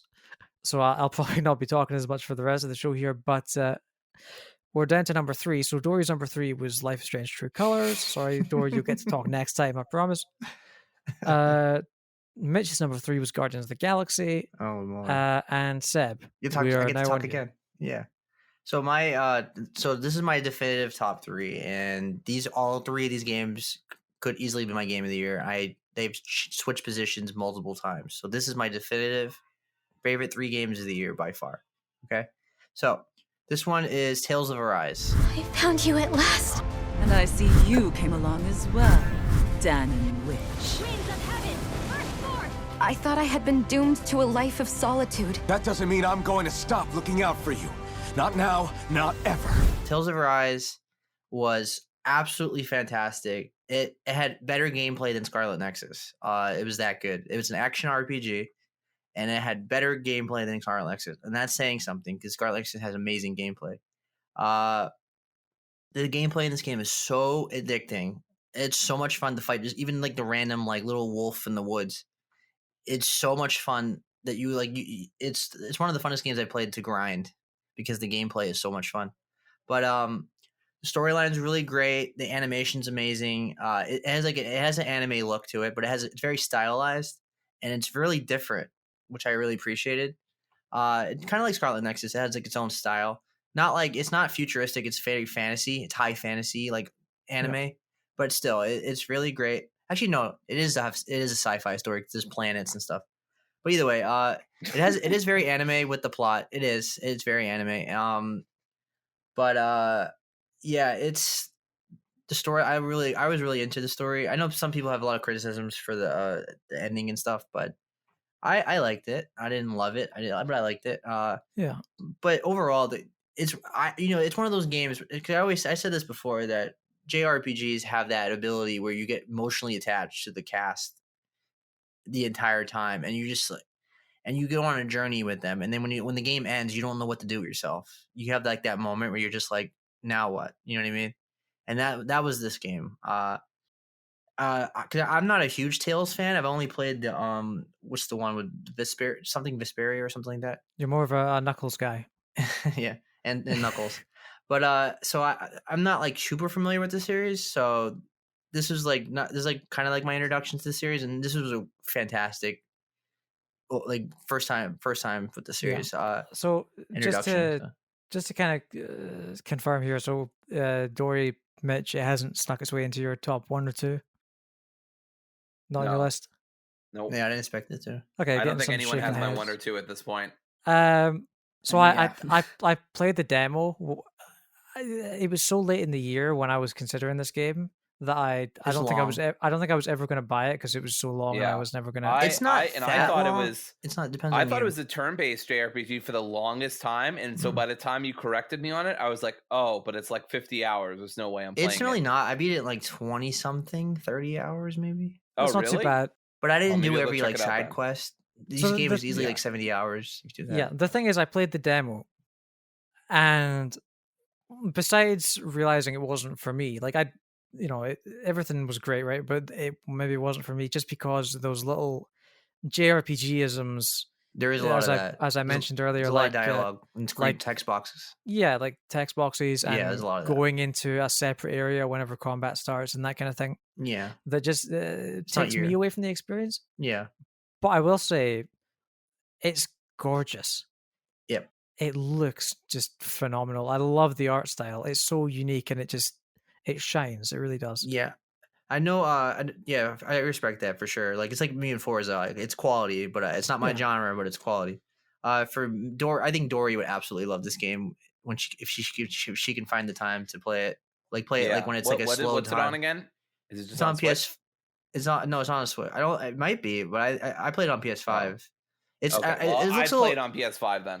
Yeah, it looks a little too advanced to play on Switch. I could say because it's pretty graphics, pretty nice and stuff. So the frame rate and everything. So. But I don't know. It might be. Anyway, it is on Xbox too, Series X, whatever. I don't know. It's not on Game Pass, but maybe it will be some point. It seems like a kind of game that they'll throw on Game Pass, it's like Scarlet Nexus out of nowhere. But yeah, I think you'll love this game, especially since you really like Yuffie and Final Fantasy VII Remake and Scarlet Nexus. This is definitely up your alley. Yeah, I mean, it definitely hardens me to hear because I kept hearing people say this is an incredibly long game. It's like 50 hours. If I can beat this game in like 25, 30 hours, I'll do it. But I don't usually care really enough depends. to do 50 hours. Yeah, it depends like how much quest you want to do and the side stuff. I think the side quests are kind of boring and repetitive, and they're I have no interest in it. So I kind of sped through the main story. I will say this though. The one thing, my biggest criticism of this game is I'm not a fan of the microtransactions because they make it intentionally hard to grind. So that you just get bored and just pay for the level boost because it does the Ubisoft thing with that. Yeah. Oh, that's unfortunate. Yeah, so it does have difficulty spikes, unfortunately, and this game does have grinding. But overall, I powered through it, so it wasn't like it was like ridiculous. So. But yeah, this game is just quality. If you're a JRPG fan, this is for you. If you're not, I can't recommend it, obviously. But yeah, really great game. Top 3 game for me for sure. So yeah, absolutely excellent. So that was your number 3, Tales of Arise. My number 3 was It Takes Two, of course, and that brings us to number 2. So finally, I'm glad you can join us, Dory. You have the floor. Hey, y'all. Have you heard about a little series? It's a little series called Mass Effect.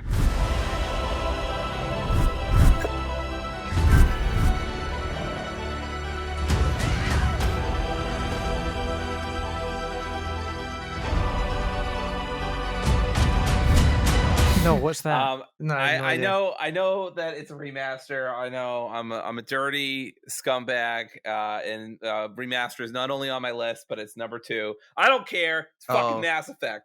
I feel like I know what Dory's number 1 is now. But Alan Wake. The game I couldn't even finish because I hated it that much, and I uninstalled it. Actually, even after someone told me I could change the difficulty, I still uninstalled it because it sucked. Sorry, Mitch. Anyway, I listened to that podcast and my hackles were up. I was like, "Oh, this sucks to hear from Mitch." It's mute Mitch. Anyway, we're not here to talk about Mitch. We're here to talk about Mass Effect. Lots of M's right now. All right, so let's get it out of the way. All right, the Mako sucks. Mass Effect 3 ending sucks. Just want to get that out of the way. Just want to put that right up front. Everything else pretty much ranges from either great to perfect or to excellent. I love this series so much. I have so much nostalgia for it. I grew up with Mass Effect 1. I didn't play 2 and 3 until much later on, until like 2017 or something, like way later on, because I stopped. I didn't have a PS. I didn't have some of the consoles that it was on, and I just got out of gaming for a while. So it was just a weird time. I may have played 2, but I definitely didn't play 3.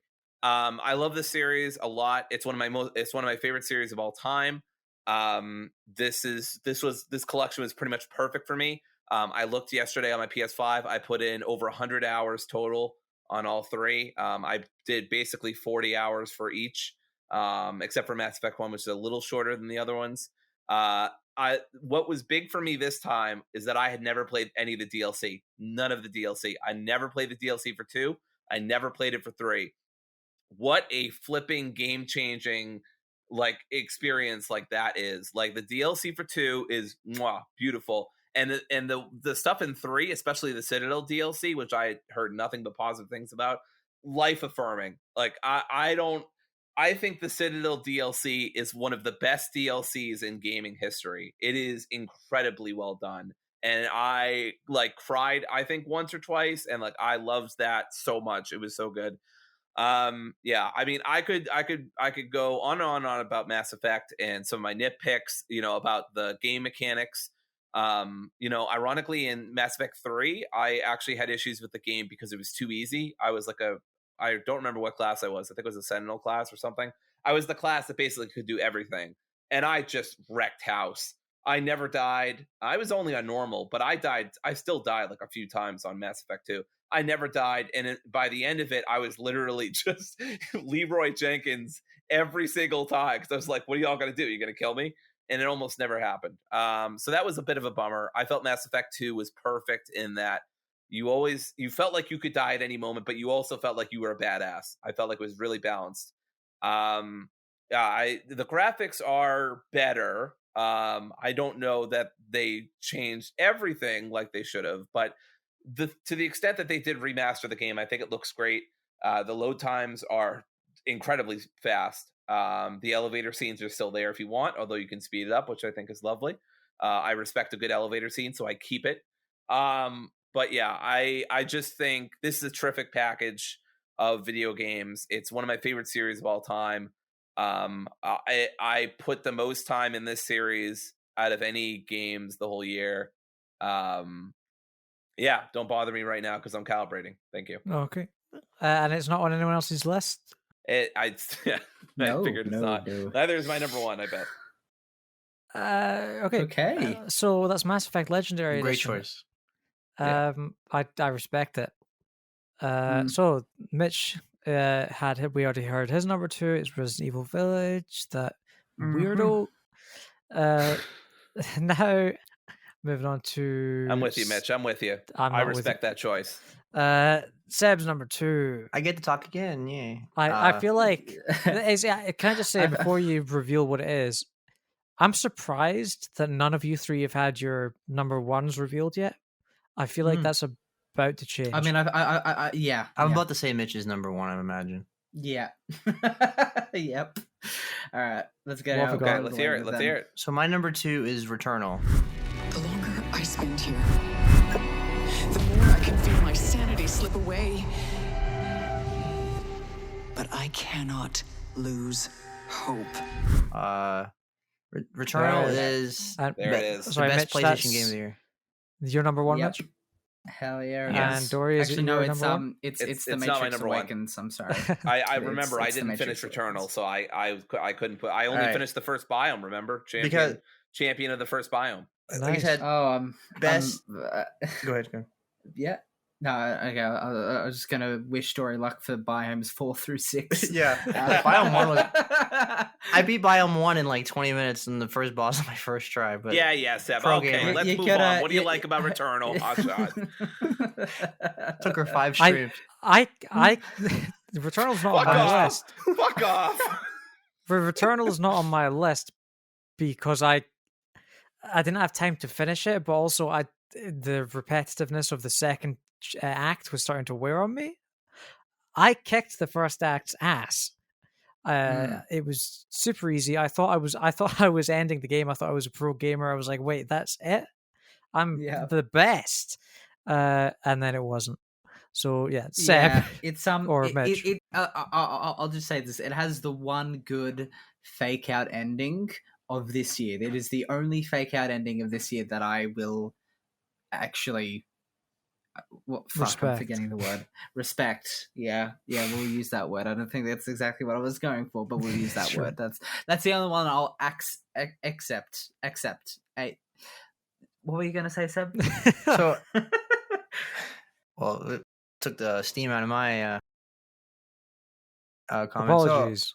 No, Apologies, but not so much. But this game is incredible in almost every way. I mean, I really enjoy Yeah. Housemarque's games. I was a huge Resogun fan, and so I had high hopes for this game because it was their first venture into 3D. So it was surprisingly really great. Like the animation's phenomenal. I was blown away by the just the color and the aesthetic to it. Yep. It's very alien. I literally had a moment during a stream where the transporter thing had the transponder or whatever teleported me from one area to another. It wasn't the transponder, but it was like the blue one. Yeah. I don't remember what it's called. And I just I just sat there and I was like, holy shit. Yeah, totally. This game has some of the best particle effects I've ever seen in a video game. Oh my god, yes. 100%. The 3D audio is incredible. Probably some of the best audio I've ever heard in a game. The DualSense, it really takes like it really innovates with the DualSense. Like it really makes you feel like you have two senses. Yeah, like the rain feeling, like the feel of the rain in your hand is just incredible. Absolutely. Like, oh yeah, I'll admit when you guys were talking on the podcast when the game came out about the rain, I was like, yeah, okay, that's cool, but how great can it really be? The stuff that this game does with the DualSense and with 3D audio this is the first truly next gen feeling game. Like just what it does with the DualSense and 3D audio is truly innovative. It's outstanding. Absolutely. The gameplay in this game is this year is very unique because my two top games of the year are two genres I don't like, and one of them is I don't like the loop. I hate those kind of games. What do you call them? What's the name of the genre? Roguelikes, thank you. Yes. I don't like roguelikes at all. I don't like gameplay loops. Same. I don't like I have to keep starting over and over again. And then for some reason, and then ironically, my top two games of the last 2 years, Hades and this, are roguelike games. So it's kind of funny how that works sometimes. But it's one of those. I genuinely think if I had finished Returnal, this would probably have been in my top 5, and I also really dislike roguelikes. Yeah, it's kind of funny. It's one of those games that kind of transcends its genre, and you can appreciate it whether you like the genre or not. I've played. I know I'm still a grasshopper compared to all hail Seb. I'm still a grasshopper compared to some people in this chat, but I was gonna say, just a reminder. I platinum Doom Eternal. So you're on KO Ken, and I'm on Ultra Instinct. That's where we're at. That's right.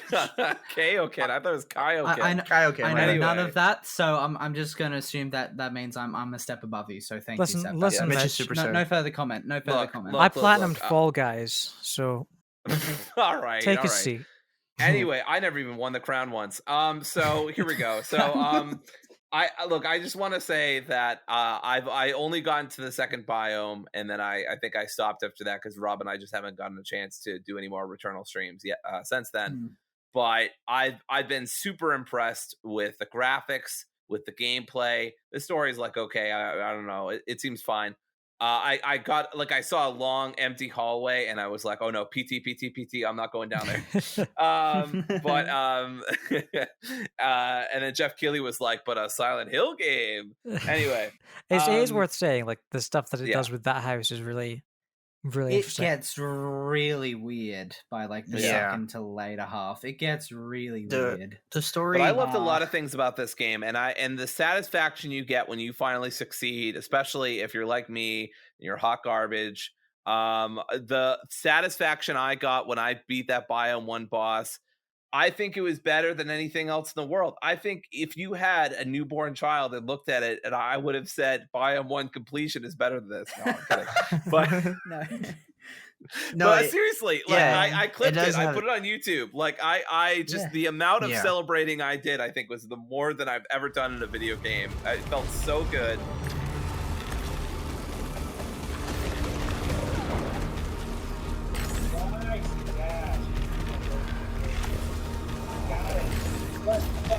Yes! Yes! Yes! I didn't even lose a life! Yes! Yes! I don't even need sex again! Woohoo!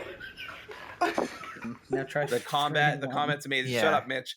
The combat's amazing. I just came here to say that I know I haven't done a lot in the game, but I just want to shower support. Game is good. That reward feeling is probably the best part of the game.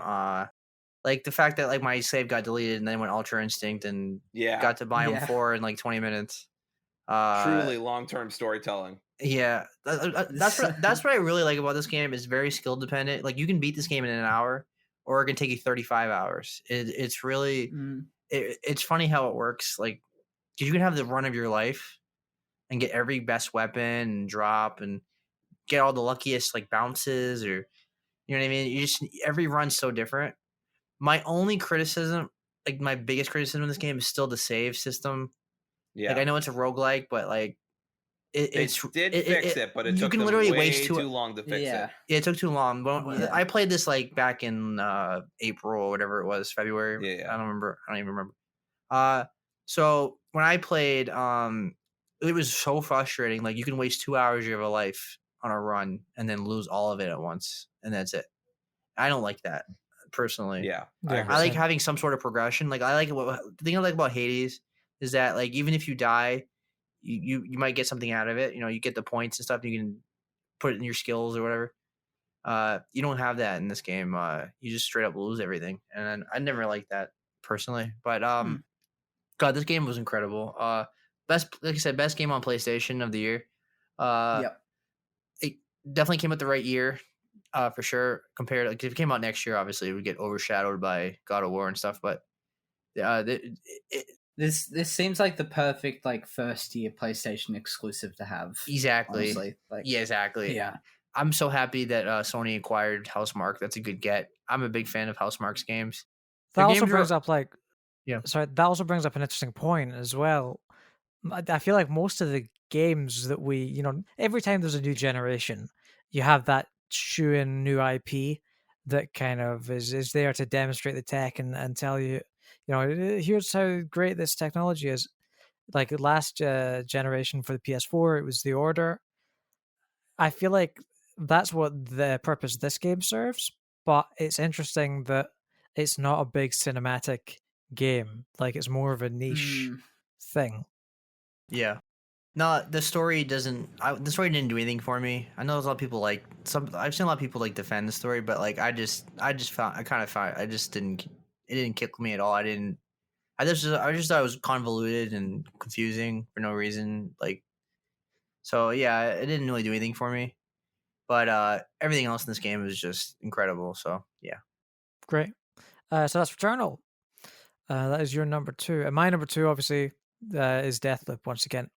So that brings us finally numero uno, All right, Number one. I'm gonna do a thing here. Seb, what's my number one?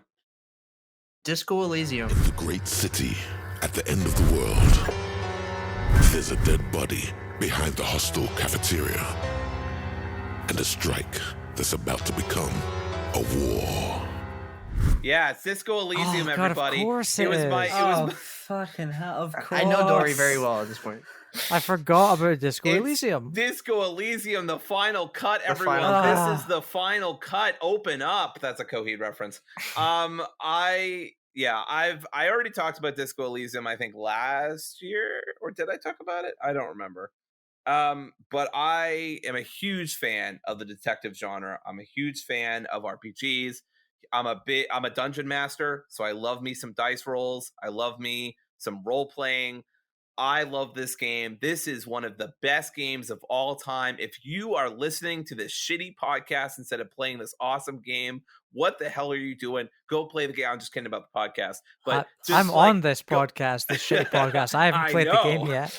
But anyway, no, it is one of my favorite games of all time. And what they did, by the way, with one of my favorite games of all time is they gave it, I don't even know how many hours of audio and voice written voice dialogue, because this was still like partially done by the voice actors in the original cut, but the final cut has almost 100%. And if you know how many words are in this, there's like 1 million words or some shit in this game. That is that's no small feat. Like, that's part of why this is so high up my list, even though the PS5 edition I played had some technical bugs. I didn't care because this experience was still so good, and the team was so responsive that most of the bugs were fixed by the time I was done with the game. And it only took me like a week or two to beat the game. So that's incredibly fast. And obviously this is their first game. It's also their first port. So I'm going to be a little easy on them. Plus they're a smaller company, et cetera, et cetera. So I think there are some contingencies. Yeah, I mean, if you don't know, you play a really drunk, fucked up detective who is trying to solve a murder case. Turns out, shocker, there's more going on here than meets the eye. It's not the Decepticons. I'm sorry. It's just, I'm really getting excited. I love this game so much. I could talk about it for hours. I have talked about it for hours. If you want to check out the Spelunkers podcast, where me, Ryan Stabell, aka Captain Stubbs, and a few other fine folks come together to do a big old spoiler cast about Disco Elysium. But yeah, it's incredible. The voice acting, the writing is perfect, the narration is perfect, the gameplay is perfect. This is a 5 out of 5 for me. So is Mass Effect Legendary Collection, by the way. They're both 5s for me. But I really don't have anything I could complain about Disco for. I could get into like some ideological quibbles, or I could get into some like theory, philosophical shit. But like, that's so besides the point. Like, the game is just, you gotta play it. It's just so good. It's not for everybody. It has a kind of dark humor that I think isn't going to resonate with everyone. But if that's your jam, this is going to be just amazing for you. So yeah, I can't strongly enough recommend it. Also, one last thing, they added a bunch of political compass quests, so that finally the political category that you choose towards the beginning or middle of the game, it actually matters. And so you get a side quest based on where you are. So I was a communist, of course, because I'm a dirty leftist. And I had a really cool side quest that felt like it should have always been part of the game. And that's why it's called the final cut. So I don't know. It's just, I couldn't say enough good things about this game if I tried. It's one of the most unique games I ever played. Just because there's so much writing in this game. It takes me back to like those old PC games. Well, you got to read 99% of the time. It's like reading it's like a novel in front of you. That's just like, that gives you a visual. It's really incredible, the writing. One thing I didn't like was the fact that the PS5 version, I didn't care for it on console. It just didn't seem like a console game. I'm gonna replay that game on PC at some point, just because it seems like something that's better for a mouse and keyboard compared to a controller. It just didn't click with me on PS5. So I will definitely say that you should play this on PC and not the console. I don't think it's bad on console, but this is so clearly made for PC. But it's you have no excuse to not play this game. It's on everything. It's on Mac, it's on PC, it's on Xbox, Switch, PlayStation. It's on everything. You have no excuse to not play it. It's on the DS. It's on the DS. They It's brought on the the Nintendo DS back Wii. for some reason. Some Nintendo. Yeah. It's on It's on the Nintendo. There's a it's on the PlayStation Soldier 1 Boy mod. console. Sega That's Saturn. right. It's on the Soldier Boy. It's on the set. It's on the KFC console that they Atari. had for a little yeah, bit. yeah. You can play with the Guitar Hero module for the Guitar It's Hero. on Amazon Guitar Echo. Yep, it's on the Echo. You What can is find it get on your everywhere. fridge. What is this? It's on your Skyrim? fridge, the Xbox fridge. Yeah. But yeah, seriously, one of my favorite games of all time. One of the best games of all time. Go out and play it. This is basically a big PSA to join the movement to support Disco Elysium. I don't know, it's not a movement. Great. But yeah, it's phenomenal. I can't wait till we get a sequel. I can't wait till the novelization comes out because that'll come out eventually. I don't know. I probably said everything. That's it's such a respectable pick. That's like a gamer's game. It's such a hard game to recommend to like an average person, but that's people are a serious gamer when they have like that on their list. I would never recommend this to a casual gamer. Like my partner, I would never in a million years recommend this. Is a gamer's game. Loves reading. She loves reading. And I don't mean that as an insult. It's just this is like a gamer's game. This is the hardcore of the hardcore. I mean, it's so dense. There's so much going on. I don't want to sound like George Lucas and say like it's all poetry. It rhymes. It rhymes, but like there really is a lot going on in this. There's game a lot of depth. You have to understand the mechanics. So there's a lot. Like if you're not familiar with video games and like mechanics and all that, it's gonna be overwhelming. So yeah, if you're a fan of ogres and you're a fan of cakes, I mean, this thing's got layers. So.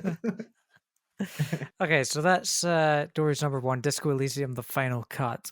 Mm-hmm. Mitch, we've already heard your number one is Returnal. I already. Now we're at Seb's number one. And Seb, real quick, I just want to say, okay, I am so surprised that nobody had Kena Bridge of Spirits on their list. I almost had it, and then I think Forgotten City and like one other one knocked it off. Yeah, it never had a chance on my list. Like I never thought it was gonna be my top 10 because when I played it, it felt like an 8 out of 10. Why the games on my list are like above that, so that's why. I was just about to say, Seb, tell us why Kena's your number one, but you ruined my joke, damn it. Sorry. But what is your number one? I know what it is already. Seb, can I guess? Seb? Yeah, we all know. Just say it. It's Metroid Dread.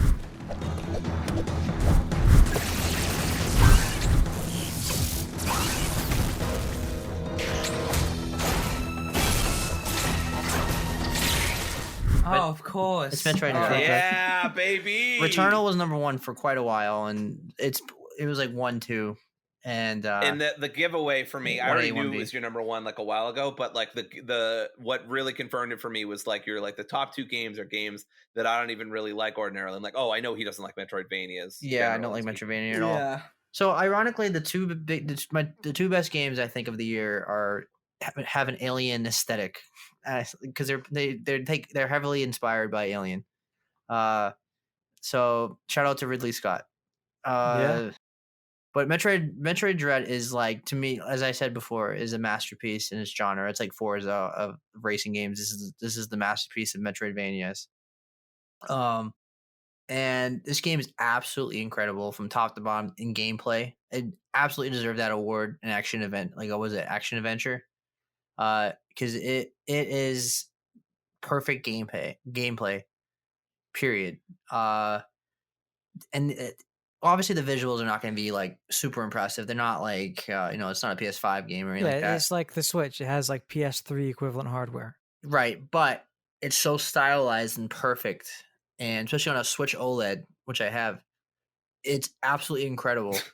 It really feels like it just people say that Nintendo has the worst graphics than everybody else, but they find that they optimize their consoles better than anyone else. Like they just know how to stylize the games in the perfect way to fit their console. And this is the perfect example. Like this game is just masterpiece from top to bottom. The story's great. Gameplay's great. The aesthetics amazing. Samus is awesome. There's so many cool anime moments, and the boss battles are phenomenal. The exploring's phenomenal. Like I said before, the game is, like I said with Disco Elysium, this game is a gamer's game. This game is not for a casual person. It's very hardcore. You have to know what you're doing and all that. You easily get lost. It's easy to get your ass kicked in boss fights and stuff like that. There's a lot of one of the best parts of this game is the tense moments when you're getting chased by the robots. They chase your ass, and you have to when you have to rush out and do all these platforming elements. It makes your heart race. It's like that. It's like Resident Evil 8 with the baby and all that. It's like that kind of tension. It's so good. I can't even explain. It's legitimately a horror game. Honestly, it is. I can't praise this game enough. This game is just a 10. To me, this is the only game of the year that's a 10 out of 10. I think this game is a 10 out of 10. I really want to play it, but like the problem for me is I'm in the same boat as you, where like I'm not big on Metroidvanias, and like I would totally play it at a lower price point. But there's the Nintendo tax. It's never going to go to a lower price point. So I don't know if I'll like $40 at some point. I'm similar to you, Seb. I have no interest in playing a Metroidvania. I was thinking of checking out Fist, Forge, and Shadow Torch, but like I ended up not ever getting around to that either. Yeah, that's the worst acronym since Shield. It's like I don't know. It like James said, it's too much. It's too much for the game, and I don't know. Like I'm so much more hyped about Metroid 4 than I am this, so I'm gonna wait for that. But I'm glad because I'm glad this game exists, because if Nintendo wasn't already gonna do Metroid Prime 4, they sure as fuck are gonna do it now, because it sold out. It got at the Game Awards, like it got lots of praise online from both critics and audience. Like Samus is back and she's finally gonna stay. Right. I think. Absolutely. I'm so excited. I really hope they do the Metroid Prime trilogy remastered on Switch. I would love that. Yeah. There's a rumor that they've had it for 3 years now and they were just waiting to something. I don't know if I believe that, but that's what I've heard. That I wouldn't surprise me. But yeah, this game is just incredible. Like I think Nintendo had a good year this year. But none of their games were their games were good, but none of them were like fantastic. And this was the besides Monster Hunter Rise. But this game was just a masterpiece. So shout out to Nintendo. That's my only Nintendo game on the top 10. Overall, I feel pretty happy that I got a mix of Xbox, PlayStation, and Switch this year. I feel like this was a very strong, well-rounded year. Where I felt like last year, 90% of my games were on PS5 or PS4. So definitely it was. Yeah. So yeah. I just know. By the way, Seb, I'm sorry. I just noticed. You're good. I think your list is backwards. Why? Well, you've got Life is Strange True Colors at the end. Something's not right here. I have It Takes Two at 11, just to be clear. Yeah, exactly. So that should actually be at 0. I have your 1 and 2 at like. Listen, that's everyone's list, because obviously my number 1 is Life is Strange True Colors. So yeah, are you guys ready for part 2 of this discussion? We're going to record that in a week. That wasn't it. How you guys feeling? All right, see everybody next week. Dreading it. I'm Metroid dreading it. I am also Metroid dreading it. I was hoping we wouldn't Returnal next week. Very nice. I find myself in a death loop. But next week I shall show my true colors. Okay, I'm done. But yeah, we've got something next week when I Tales of Arise. This is going on for an infinite amount of time. Go to the.